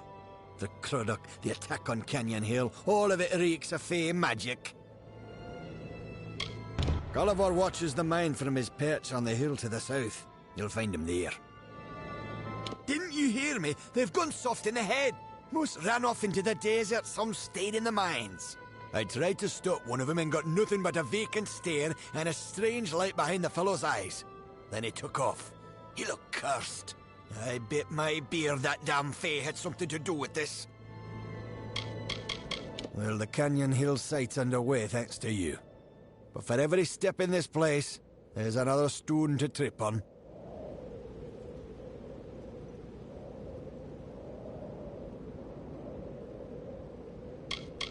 Surely you've heard the name. Odessa's most powerful mineral mining interest. Dug the very stones Odessa was built on, and the gems that power her.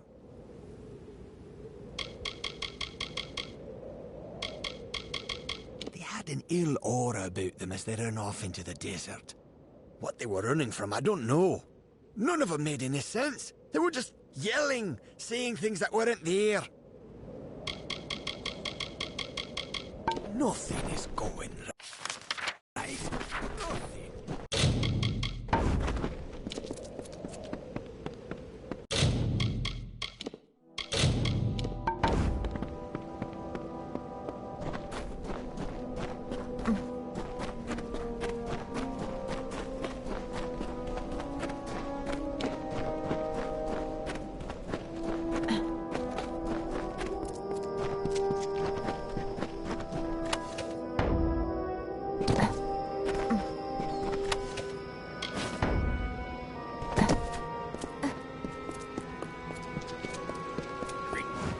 What are you here for, mortal?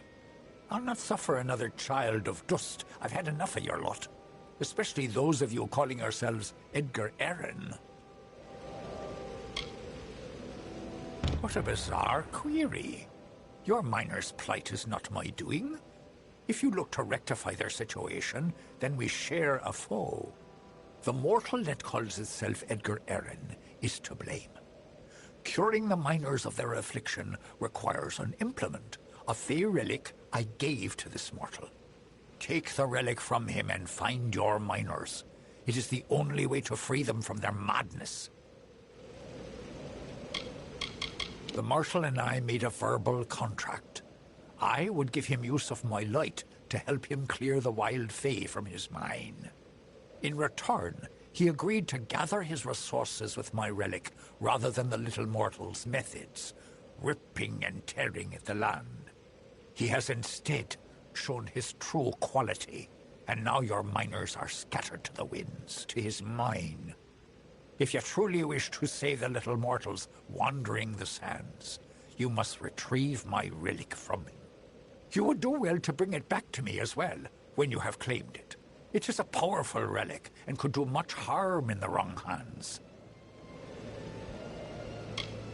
I have heard mortals refer to it as a stone or a jewel. Vast oversimplifications, as children of dust are wont to make. It is my light, as Orenda's lantern is hers. Edgar Arryn asked to borrow my relic to use in his mine, to draw the minerals the mortals find so valuable. I thought him worthy of friendship, and thus gave it to him. Alas, he has deviated from his purpose. The Cruddock attacks, the theft of Orenda's lamp, and now this. All of this petty sabotage is his doing, made possible by my relic.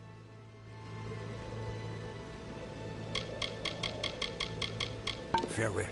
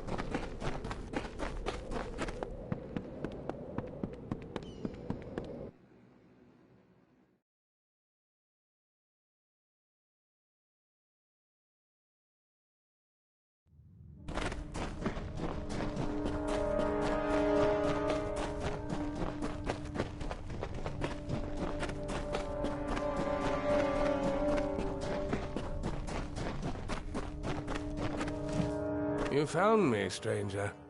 Been speaking to Calavar, have you? You've been putting out fires for motors all over the place, I hear. What can I do for you this time? You've spoken to the Fae, I presume. I thought I saw you scaling that cliff.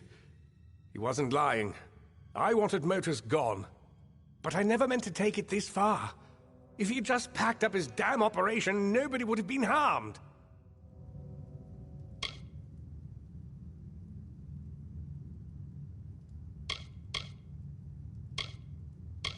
I did.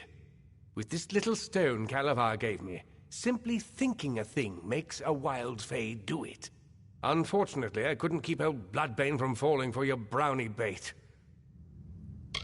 Calavar told me all about it, and how detrimental it would be if it were taken. Then I just had to tell a couple of gullible cutthroats about this incredibly valuable fae relic buried in Shadowthorn Hollow. How about I keep the stone and you kill this pet?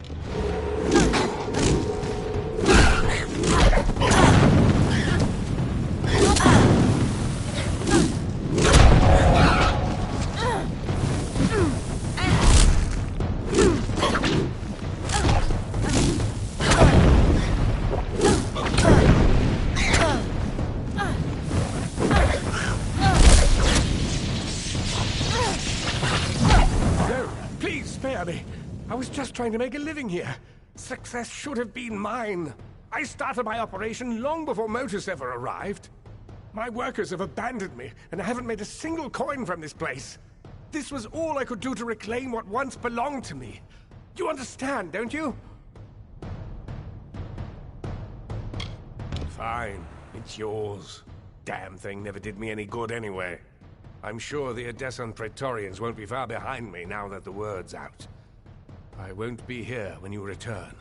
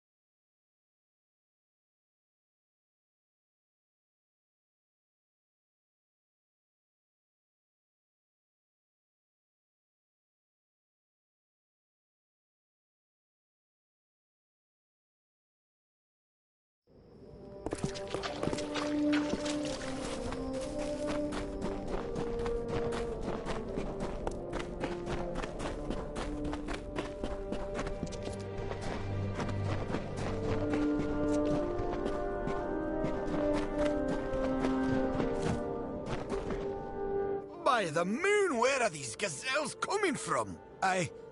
What was I saying?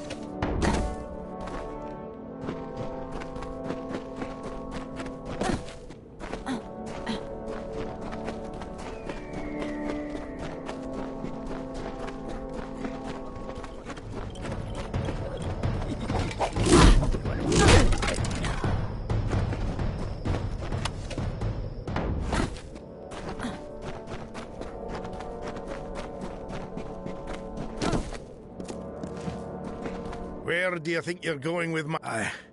No. Where is this? I promise this is the last time I partake in Datrian ale.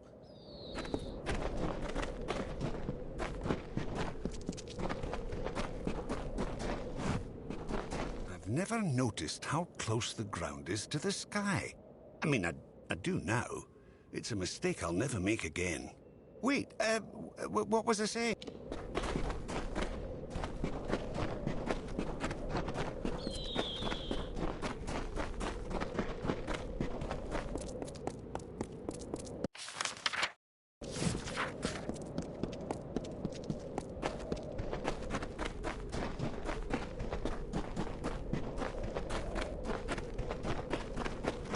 I could swear there was a lake here a moment ago. What? What happened? What in blazes is this?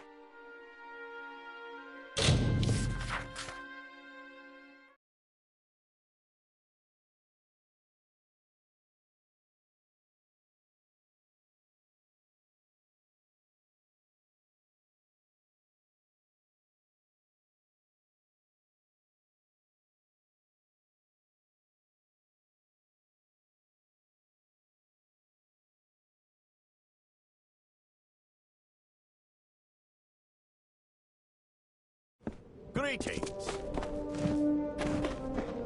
Well, it looks like everyone's back or on their way. We're in your debt once more. Edgar's facilities are vacant now. They're yours if you want them. They were never particularly profitable once his miners left him.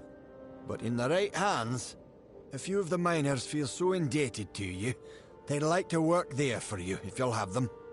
You should visit the mine when you have a chance. Good eve.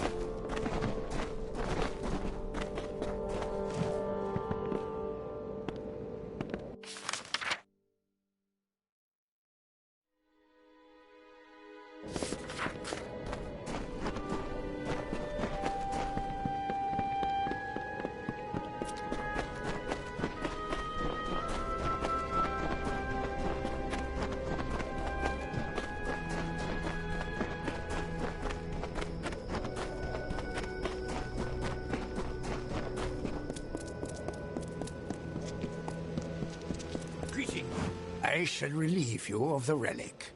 For a mortal, you are remarkable. I can see something lingering in your eyes, something fey. It is both fascinating and perplexing. But, as you mortals say, the dust has settled. This region was on the verge of catastrophe, thanks to Edgar Aaron. It was fortunate you were here to stop him. For now, then. Do you now smell it? The sea, farewell.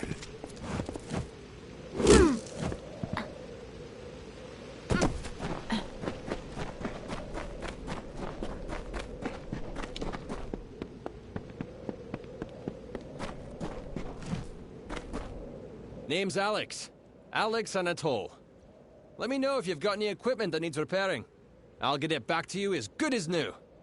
They're Motus Mining's only competition out here. They set up shop first, actually, but they're just about finished. When Motus moved in, they lured the Erin workers with promise of higher wages. Erin excavations never recovered. I hear the foreman, Edgar Erin, is pretty bitter about it. He still hasn't left, though. Probably holding on to the hope he can get his business running again. It's a dangerous region, for sure. There are beasts out there just waiting to tear a gnome apart. The mining operations here have run into a real wall when it comes to the local wildlife. Take heed and learn from their hardship.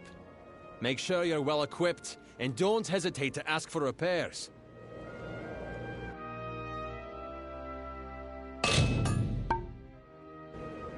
Take care in the sands.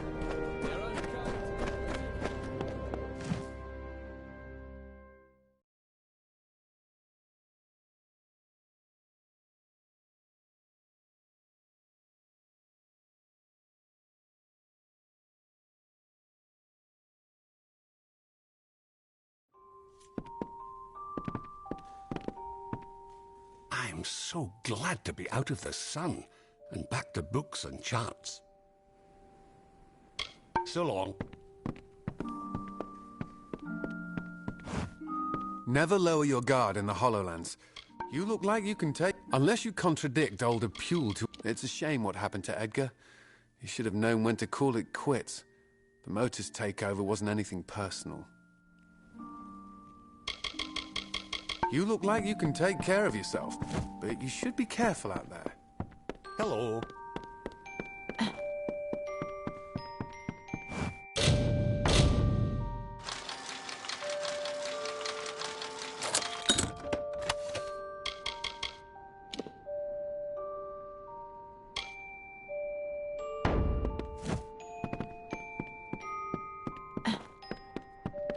Hello.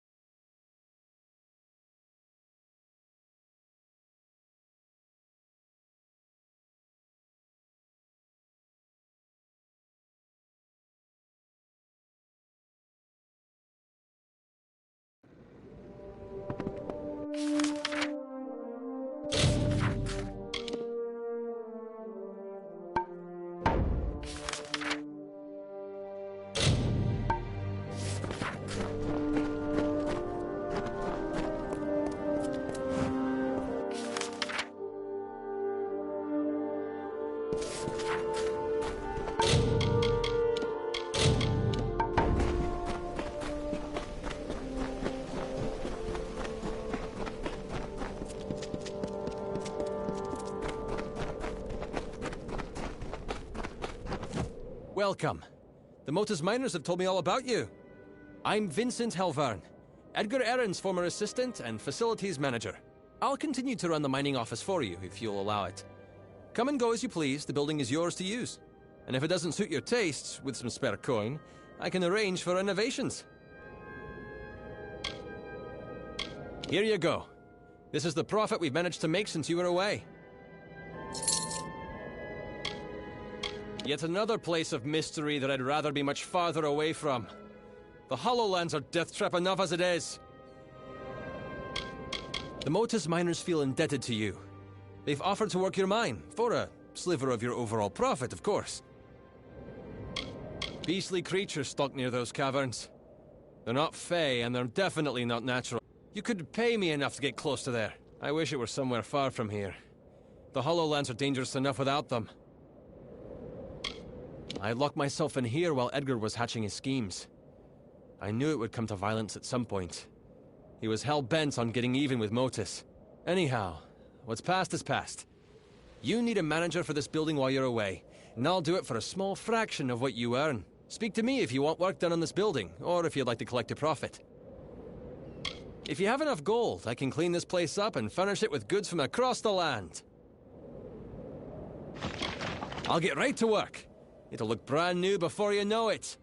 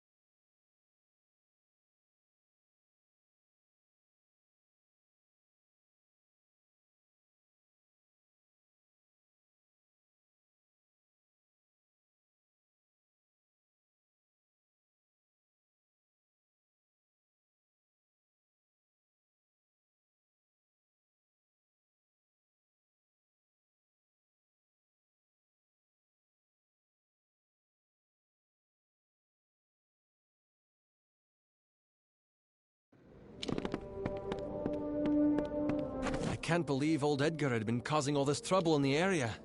With a bit more gold, we can improve the facilities even more. Time to get to work. Oh.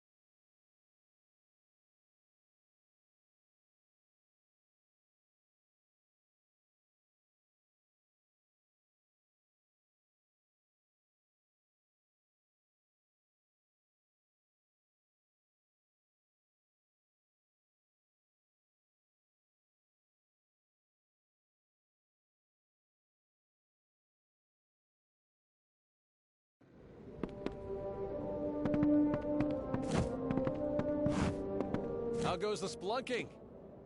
For a tad bit more gold, I can add on. It'll be ready in no...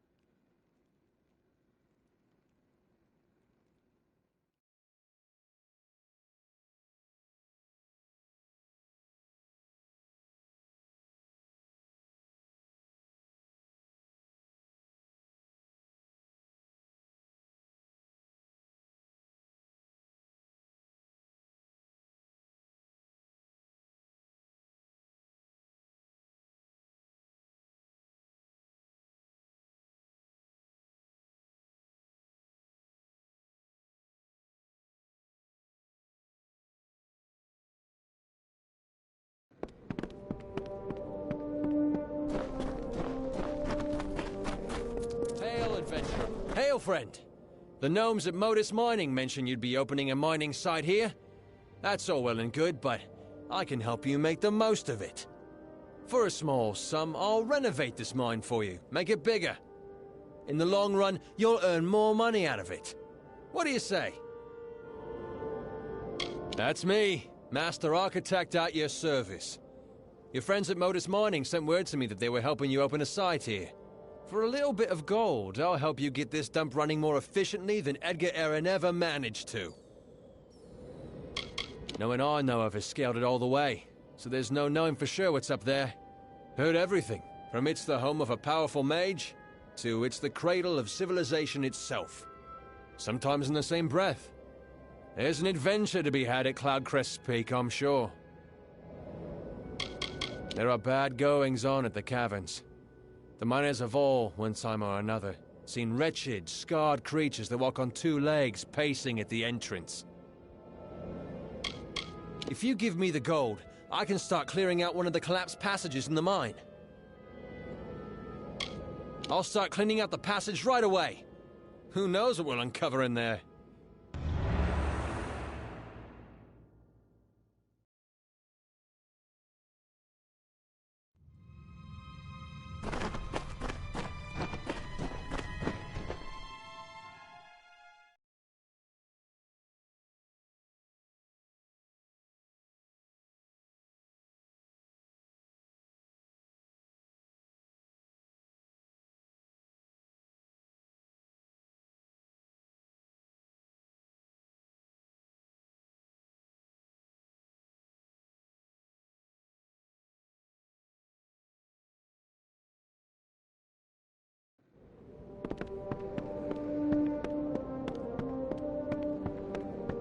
can't believe there's no excuse for it.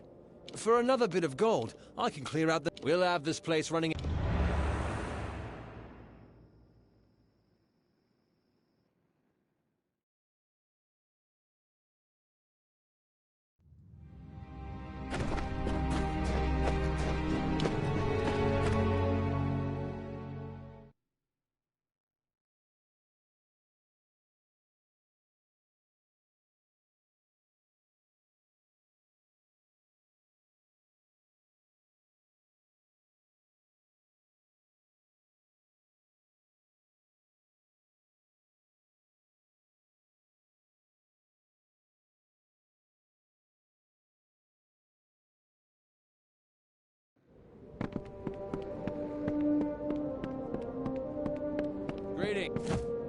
Hey, boss.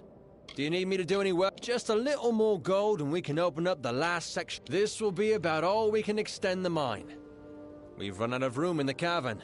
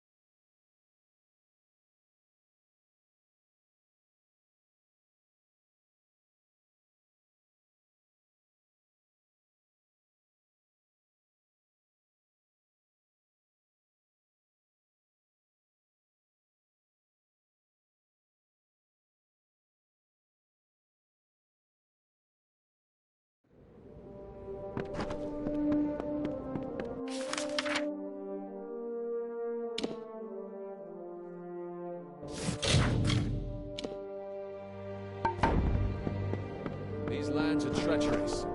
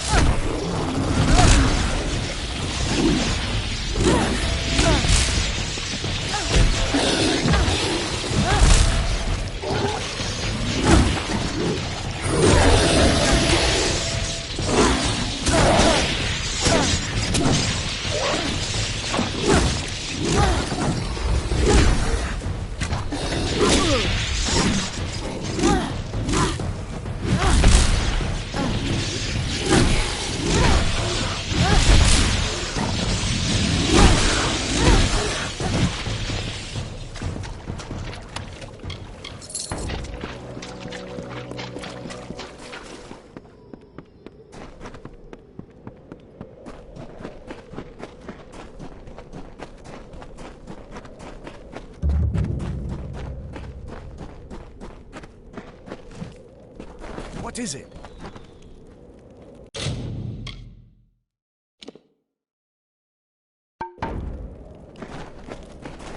What is it?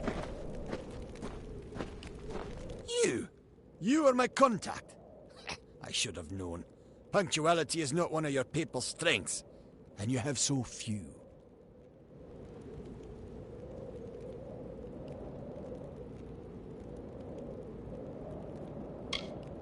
Edessa is the greatest bastion of knowledge and understanding in the world. Alfar have their arts, mankind has its gods, but our only commandments are the solid, predictable laws of natural science.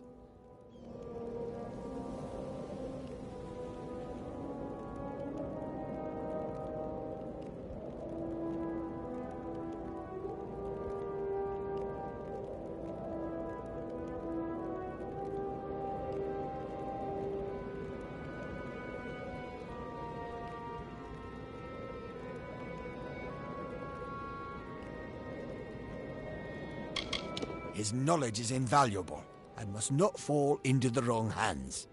And I'm terribly worried about your safety too, of course. That goes without saying. As Templar, the Forum demands that I do everything in my power to advance our knowledge.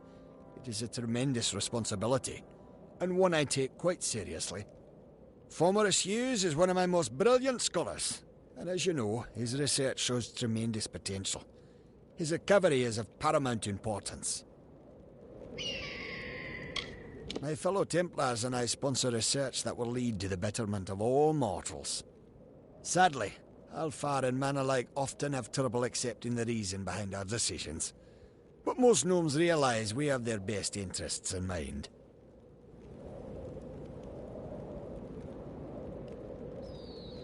You may recall our mutual friend, Fomerus Hughes. The gnome who brought you back to life? I suspect you would, but I gather you've been quite busy. Well, Scholar Hughes has been missing since the attack on his tower. As his patron, I am quite concerned. I want you to find him. You are, how shall I say, uniquely suited to the task. I could ask the same question. For all I know, Fomerus Hughes is on the run from you. I am willing to assume that's not the case. Simply put, you may be my only chance of locating Hughes, just as I may be yours. Don't be obtuse. I am his patron.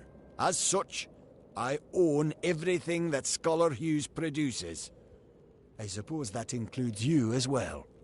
The secrets in his laboratories are meant for gnome eyes only. They must be controlled. At any cost. It would seem the incident at Alistar made Scholar Hughes a touch paranoid. Every time we receive a clue about his location, he vanishes before I can reach him. But he's running out of places to hide. It's my opinion that there's one hope left of finding Hughes. You. And I am grateful. Scholar Hughes is quite fortunate to have friends like us. Hughes has an old laboratory in the cavern of Saltwell Mines. I believe he's been conducting research there since the destruction of Alistar Tower. Find him, and you will be rewarded for your contribution to science. I will await your success in the Librarium in Edessa. He may have returned to his old laboratory in Saltwell Mines. But if any of my people approach, he'll flee. He's quite paranoid, for good reason.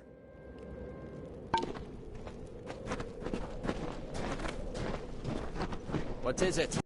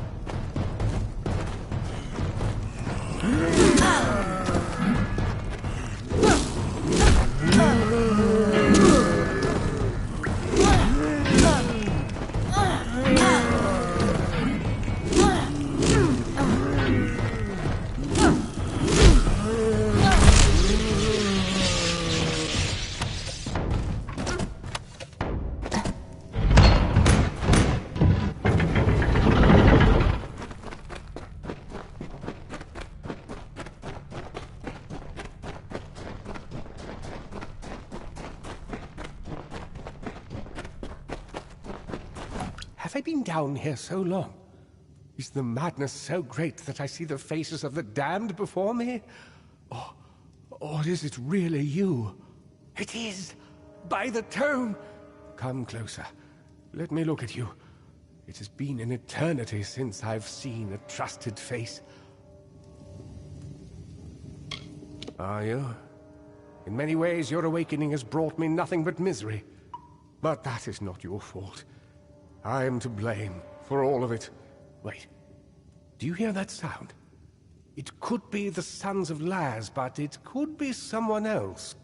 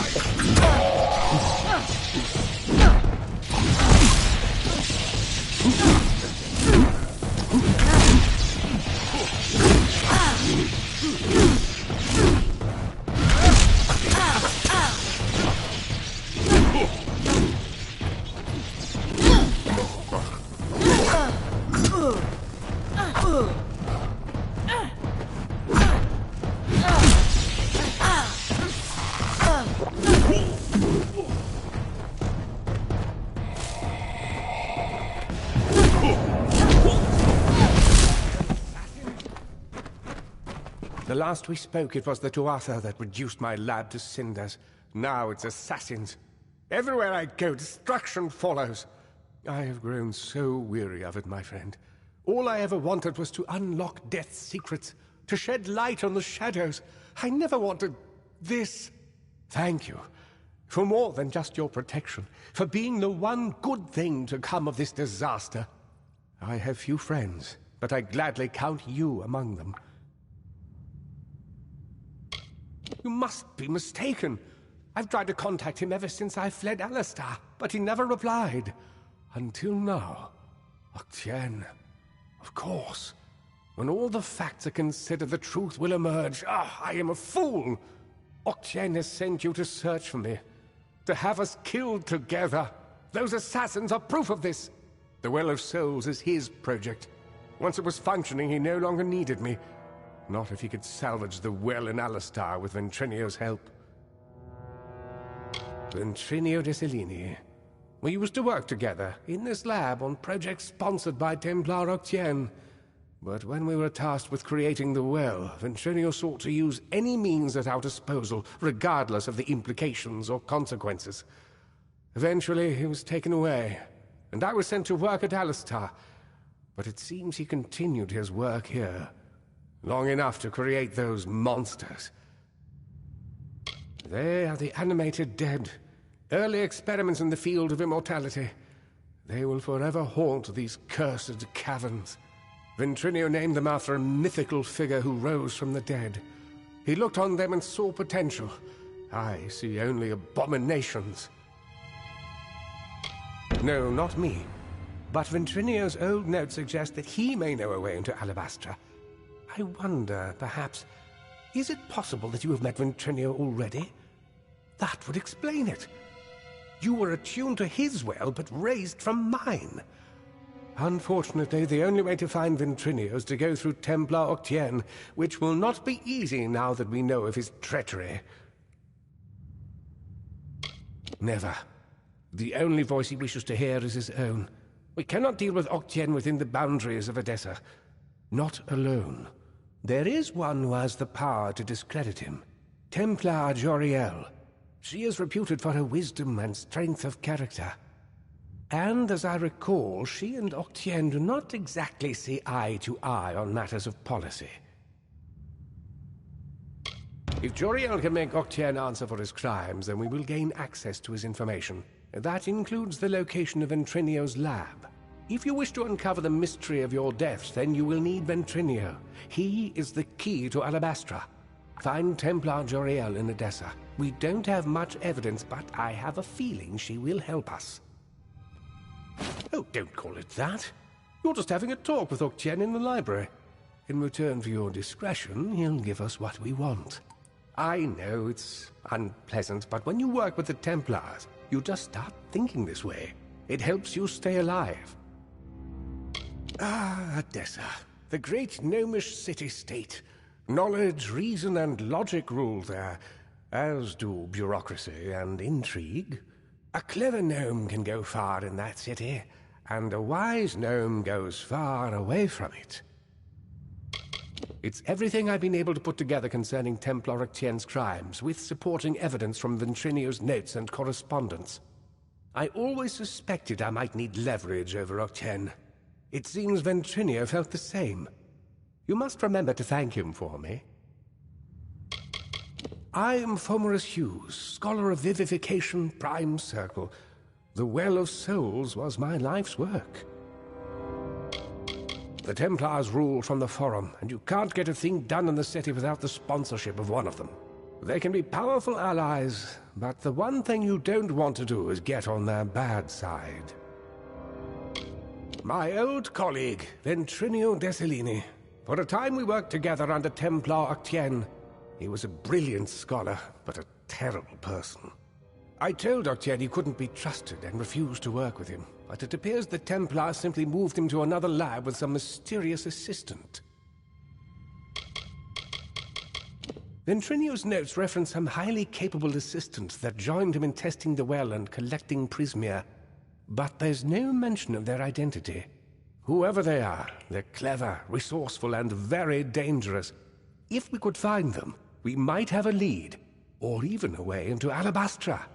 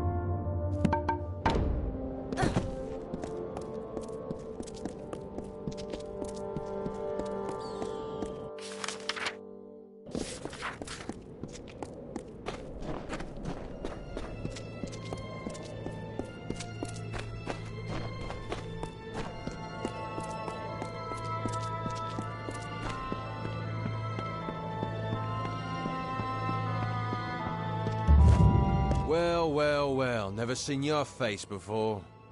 Can't say I like it. Listen up, Dogface. There are two rules in Bone Town. Number one, Mayor Eswin's law is absolute. Number two, if you don't like rule number one, then you'd better get your ass out of town. Now go meet the mayor yourself. He likes to know where the kobolds kick in from the wastes, especially with the families running wild. Listen to that. You're fitting in pretty well already. I'll see you around Whitestone, Dogface. He's a dangerous man, and he'll stop at nothing to bring ruin to Whitestone. Luckily, the mayor knows how to deal with crooks like Scoria. Miners. And they used to make a good living, too, back when Modus Mining had its teeth in Apatia. But when Modus pulled out, the money dried up. Now most of them are criminals. A nasty lot. The Zungars are the worst. But the Darkvari and the Sinrig know Leonis dance as well. There's plenty of them. Just ask Kara, or walk a few paces out of Whitestone in any direction. Sometimes they even come into town. A few weeks ago, I caught a bandit trying to slip into the mayor's window. Fool. He's been locked up in a cage ever since. As an example. Simpestiliana was first sworn. They called her the Desert Runner, and you do well to learn her ways out here. He's not from around here. A city boy born and raised in Myria. Came to seek fortune, but landed in Apatia right when Motus Mining caught their losses. You'd think he'd wither in this desert, but it was his idea to bring in the mercenaries. With Mayor Eswin in Whitestone, we have a fighting chance. People call it Bone Town because of the pale rocks jutting up from the sand. And because of the death rate.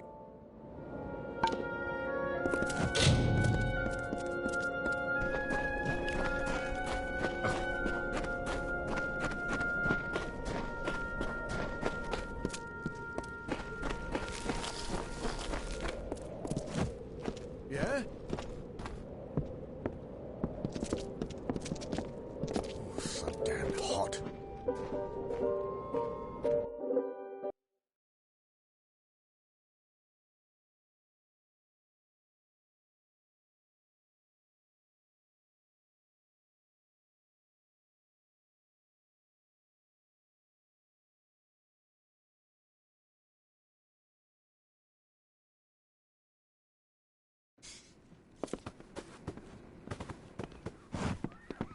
Welcome to the Thirsty Wench. I'm Bera Grastar, owner, innkeep, and namesake.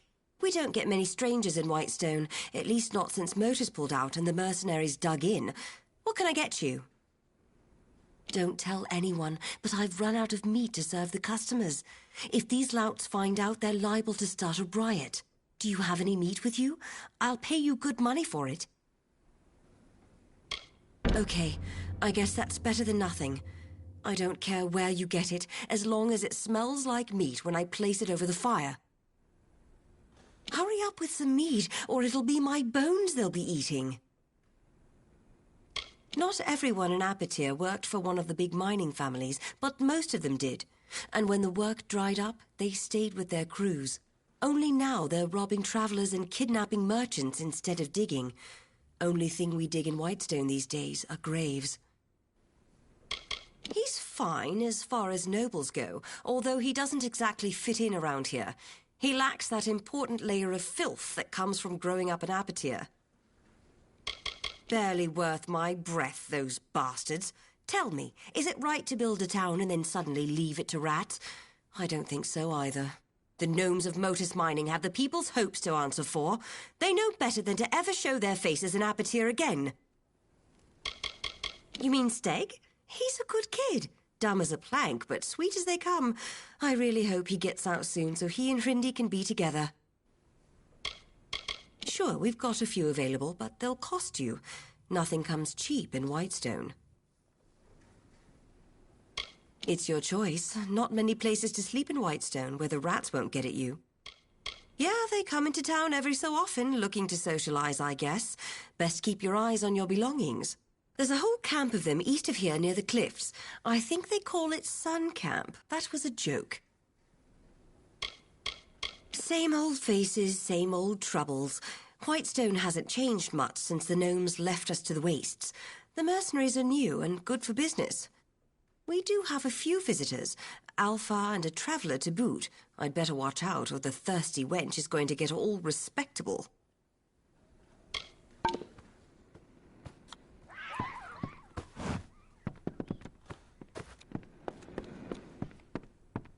Back off.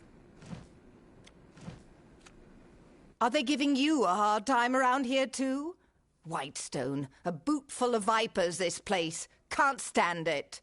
And after everything we've done for them down in Sun Camp, you'd think they'd be more appreciative. And starvation's too good for the mayor, I say.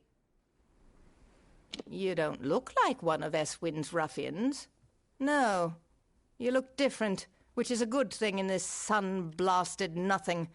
All right, I'll tell you.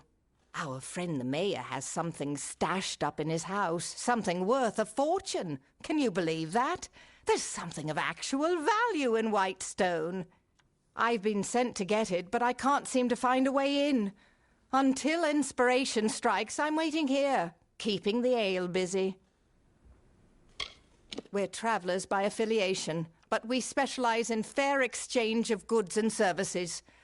Not to say we won't steal, it's just not our stock and trade. You'll find us east of here, past the old Motus Mining Headquarters building, just shy of the seaside cliffs. You should stop by, it's quite a view. Silly question.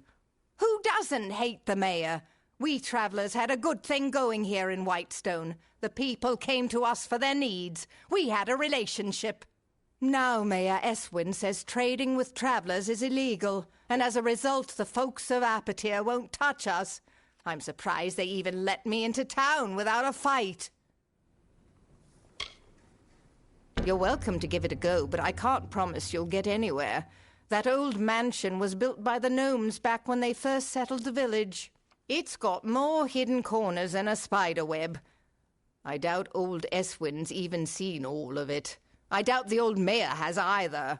Maybe I'll show some initiative eventually. Until then, you're welcome to make us both look good. The doors are locked, so I'm guessing there are keys required. That's usually how the arrangement works. It wasn't my life plan to become a traveller, believe me. But sometimes necessity is the only star you follow. My parents were miners and worked themselves to the bone to provide. When the Terrenium dried up, so did they, you could say. I didn't want to leave Apatir, so I stayed. He's as corrupt as they come, but I shouldn't be one to speak, not with my associations.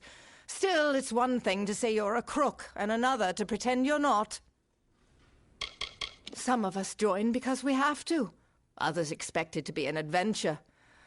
We're a patchwork, really, a glorious patchwork of imperfection. It's a good town, or it was before the Motus disaster and the mercenaries. I have fond memories of Whitestone. I used to buy candy at Varrick's place. Simpler times.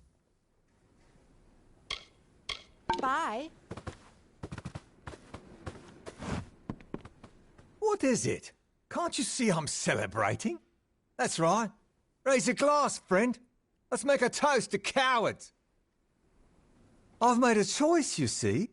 After much deliberation and many pines, I've decided to disobey my direct superiors and not perform my duties. To the fires with orders. I'm finished delivering death notices.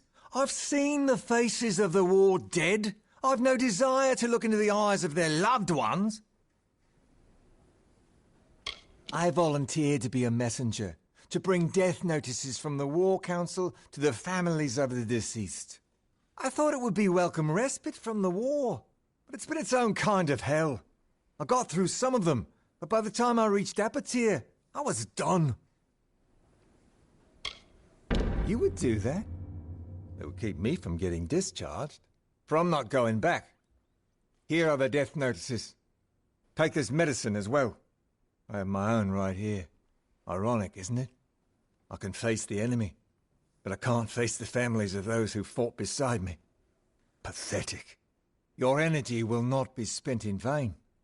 I will pay you well to do this for me, but the road will be long and fraught with grief.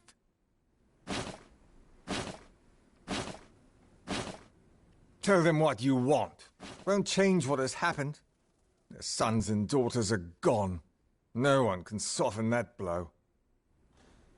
I walk the wall of Melsenshire. Do you know what that's like? The silence breathes. The shadows move. Every night is a lifetime. No drink can drown those memories.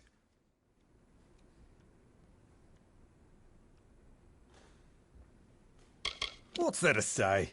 The Tuatha just keep growing bolder, and our numbers fewer. Not like the people of Apatir care. They've got their own problems. This village is as good as any. I've seen many such places, all of them ravaged by the war, all of them feeling the distant decay of the Tuatha. There is no escape. Goodbye.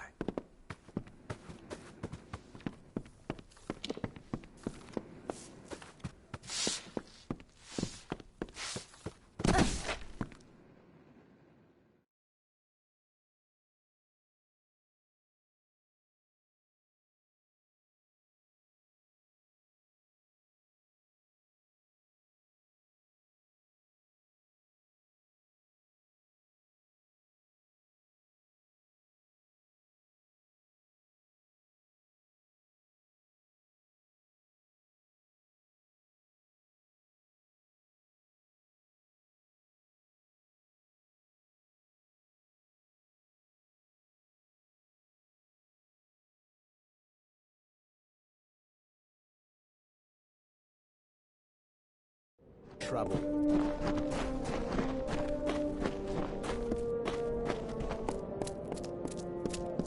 Good day.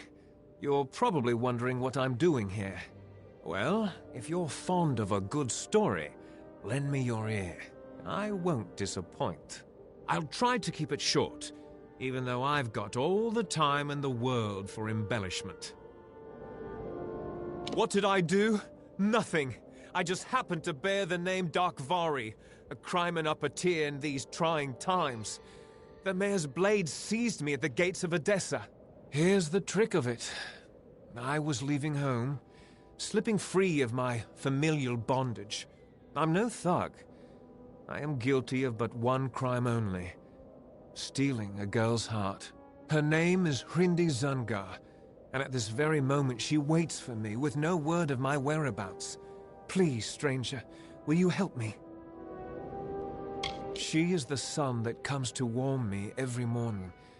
We met a short time ago, mere weeks, but true love has no memory of time. Yes, Zungars and Darkvari aren't exactly kin. In fact, they're sworn enemies and rivals. Imagine how powerful they'd be if they shared blood instead of spilled it. I knew I liked you, from the moment I laid eyes on you through these enormous iron bars. Getting the key won't be easy. Bjorn, the head of their mercenaries, carries it on his person. I wouldn't want to be the one who has to rifle through his pockets. Bjorn's men are ridiculously loyal. Try to catch him alone, out of the friendly eye. If you don't, our little agreement will end up rather short-lived. Sinriks, Darkvari, Zungars, and Scorias, all bastards. Not half as bad as these guards. They can't catch all of us, and we can't kill all of them. I care not for stale poison. I doubt the Zungars and Darkvari even know why they're angry. It's an old hatred, old as the Red Stone. Hrindi and I want none of it. I've promised to rescue Hrindi from her family's life of corruption. She deserves more than a shack along the Snake Tail. She deserves Sky Blossom, whispers. I've been in this cage for weeks, but Hrindi will wait. We swore an oath to each other. I am no one of consequence, something the guards in Whitestone failed to realize. However, if you ask my father, he'd take my side. I'm a complete disappointment. Look, I'm in a cage in the middle of this town. What do you want me to say? I'm not really in a good position to talk about it right now.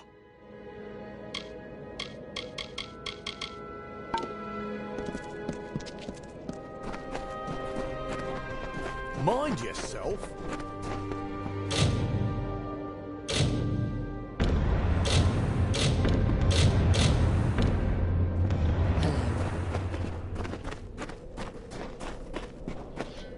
Stranger.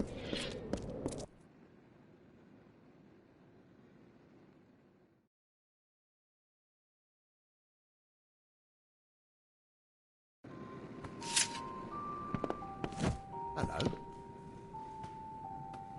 Stand right there. Let me take a look at you. Filthy, weary, lonely, but special, that's for certain. We don't see folks like you in Whitestone very often. I'm Mayor Eswin Elfhelm, and I'm the closest thing to a friend you've got around here. Some call it war. I call it survival.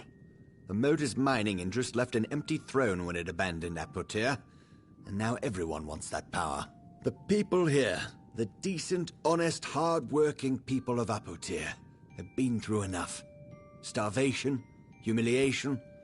They needed a leader, one who cares. My goals are simple. To stop the warring in Whitestone, and to rescue it from the brink of extinction. And you can help me. What do you say? Partners? I like you. You're not a fool. Want to know what you're getting into? Well, I think big, but I'm smart enough to start small. I need a person who can do both. I want you to acquire something for me. Something that rightfully belongs to me.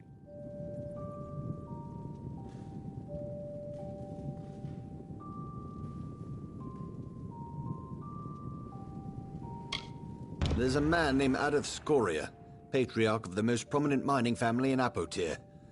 Months ago, I bought his family mine. It wasn't cheap. Now Adolf refuses to surrender the property. In fact, he's gone into hiding and won't meet with me. I need you to acquire what is legally mine.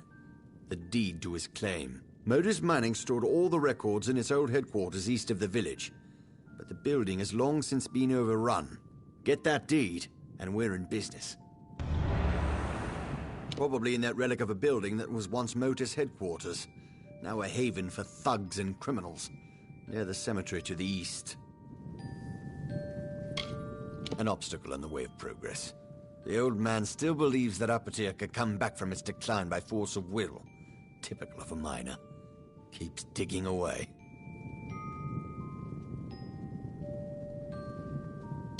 There are 4 mining families. The Darkvari, the Sinriks, Zungars, and the Scorias. When the gnomes departed, so did the jobs. There was nothing for the miners left behind. Starvation, desperation, well, they change people. Most of the miners in Apotir kept their sanity, even when they lost everything else. But the others, they turned to banditry. The usual, theft, kidnapping, murder. You'd best stick close to Whitestone. You're an easy target.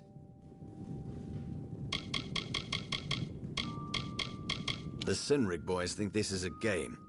They're laughing now, but we'll see how they like the taste of their own ruthlessness. They're the second oldest family in Apotir, and they're headed for a prison, or the graveyard. The Darkvari were hit hardest by Modus's relocation. The young men and women watched the elders and children waste away. Now they're all that's left. Sad story, isn't it? Doesn't excuse their lawlessness. Once the Terrenium ran out, they moved on. Gnomes don't care for the welfare of other races. They're hoping we'll kill each other off, save them the trouble.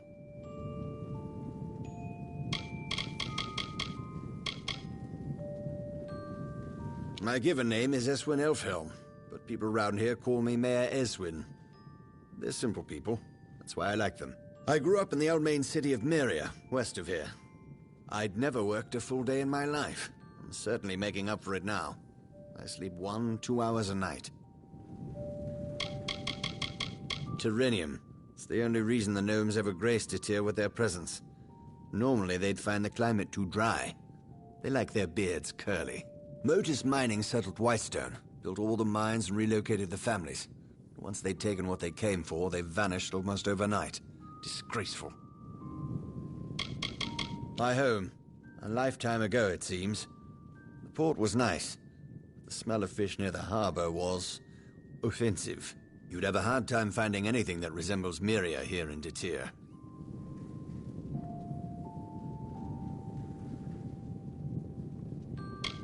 Liars, thieves, and scum. Let's hope they never take control of Apotir.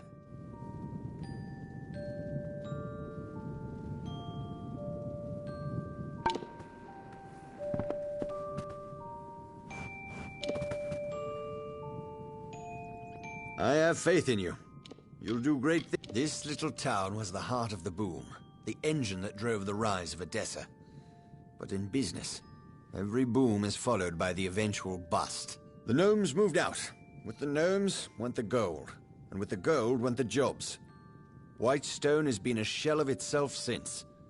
But I seek to change all that. It would take quite a bit to convince me the Zongars weren't criminals from the start. It's probably no surprise the worst miners of Apotir make the best brigands.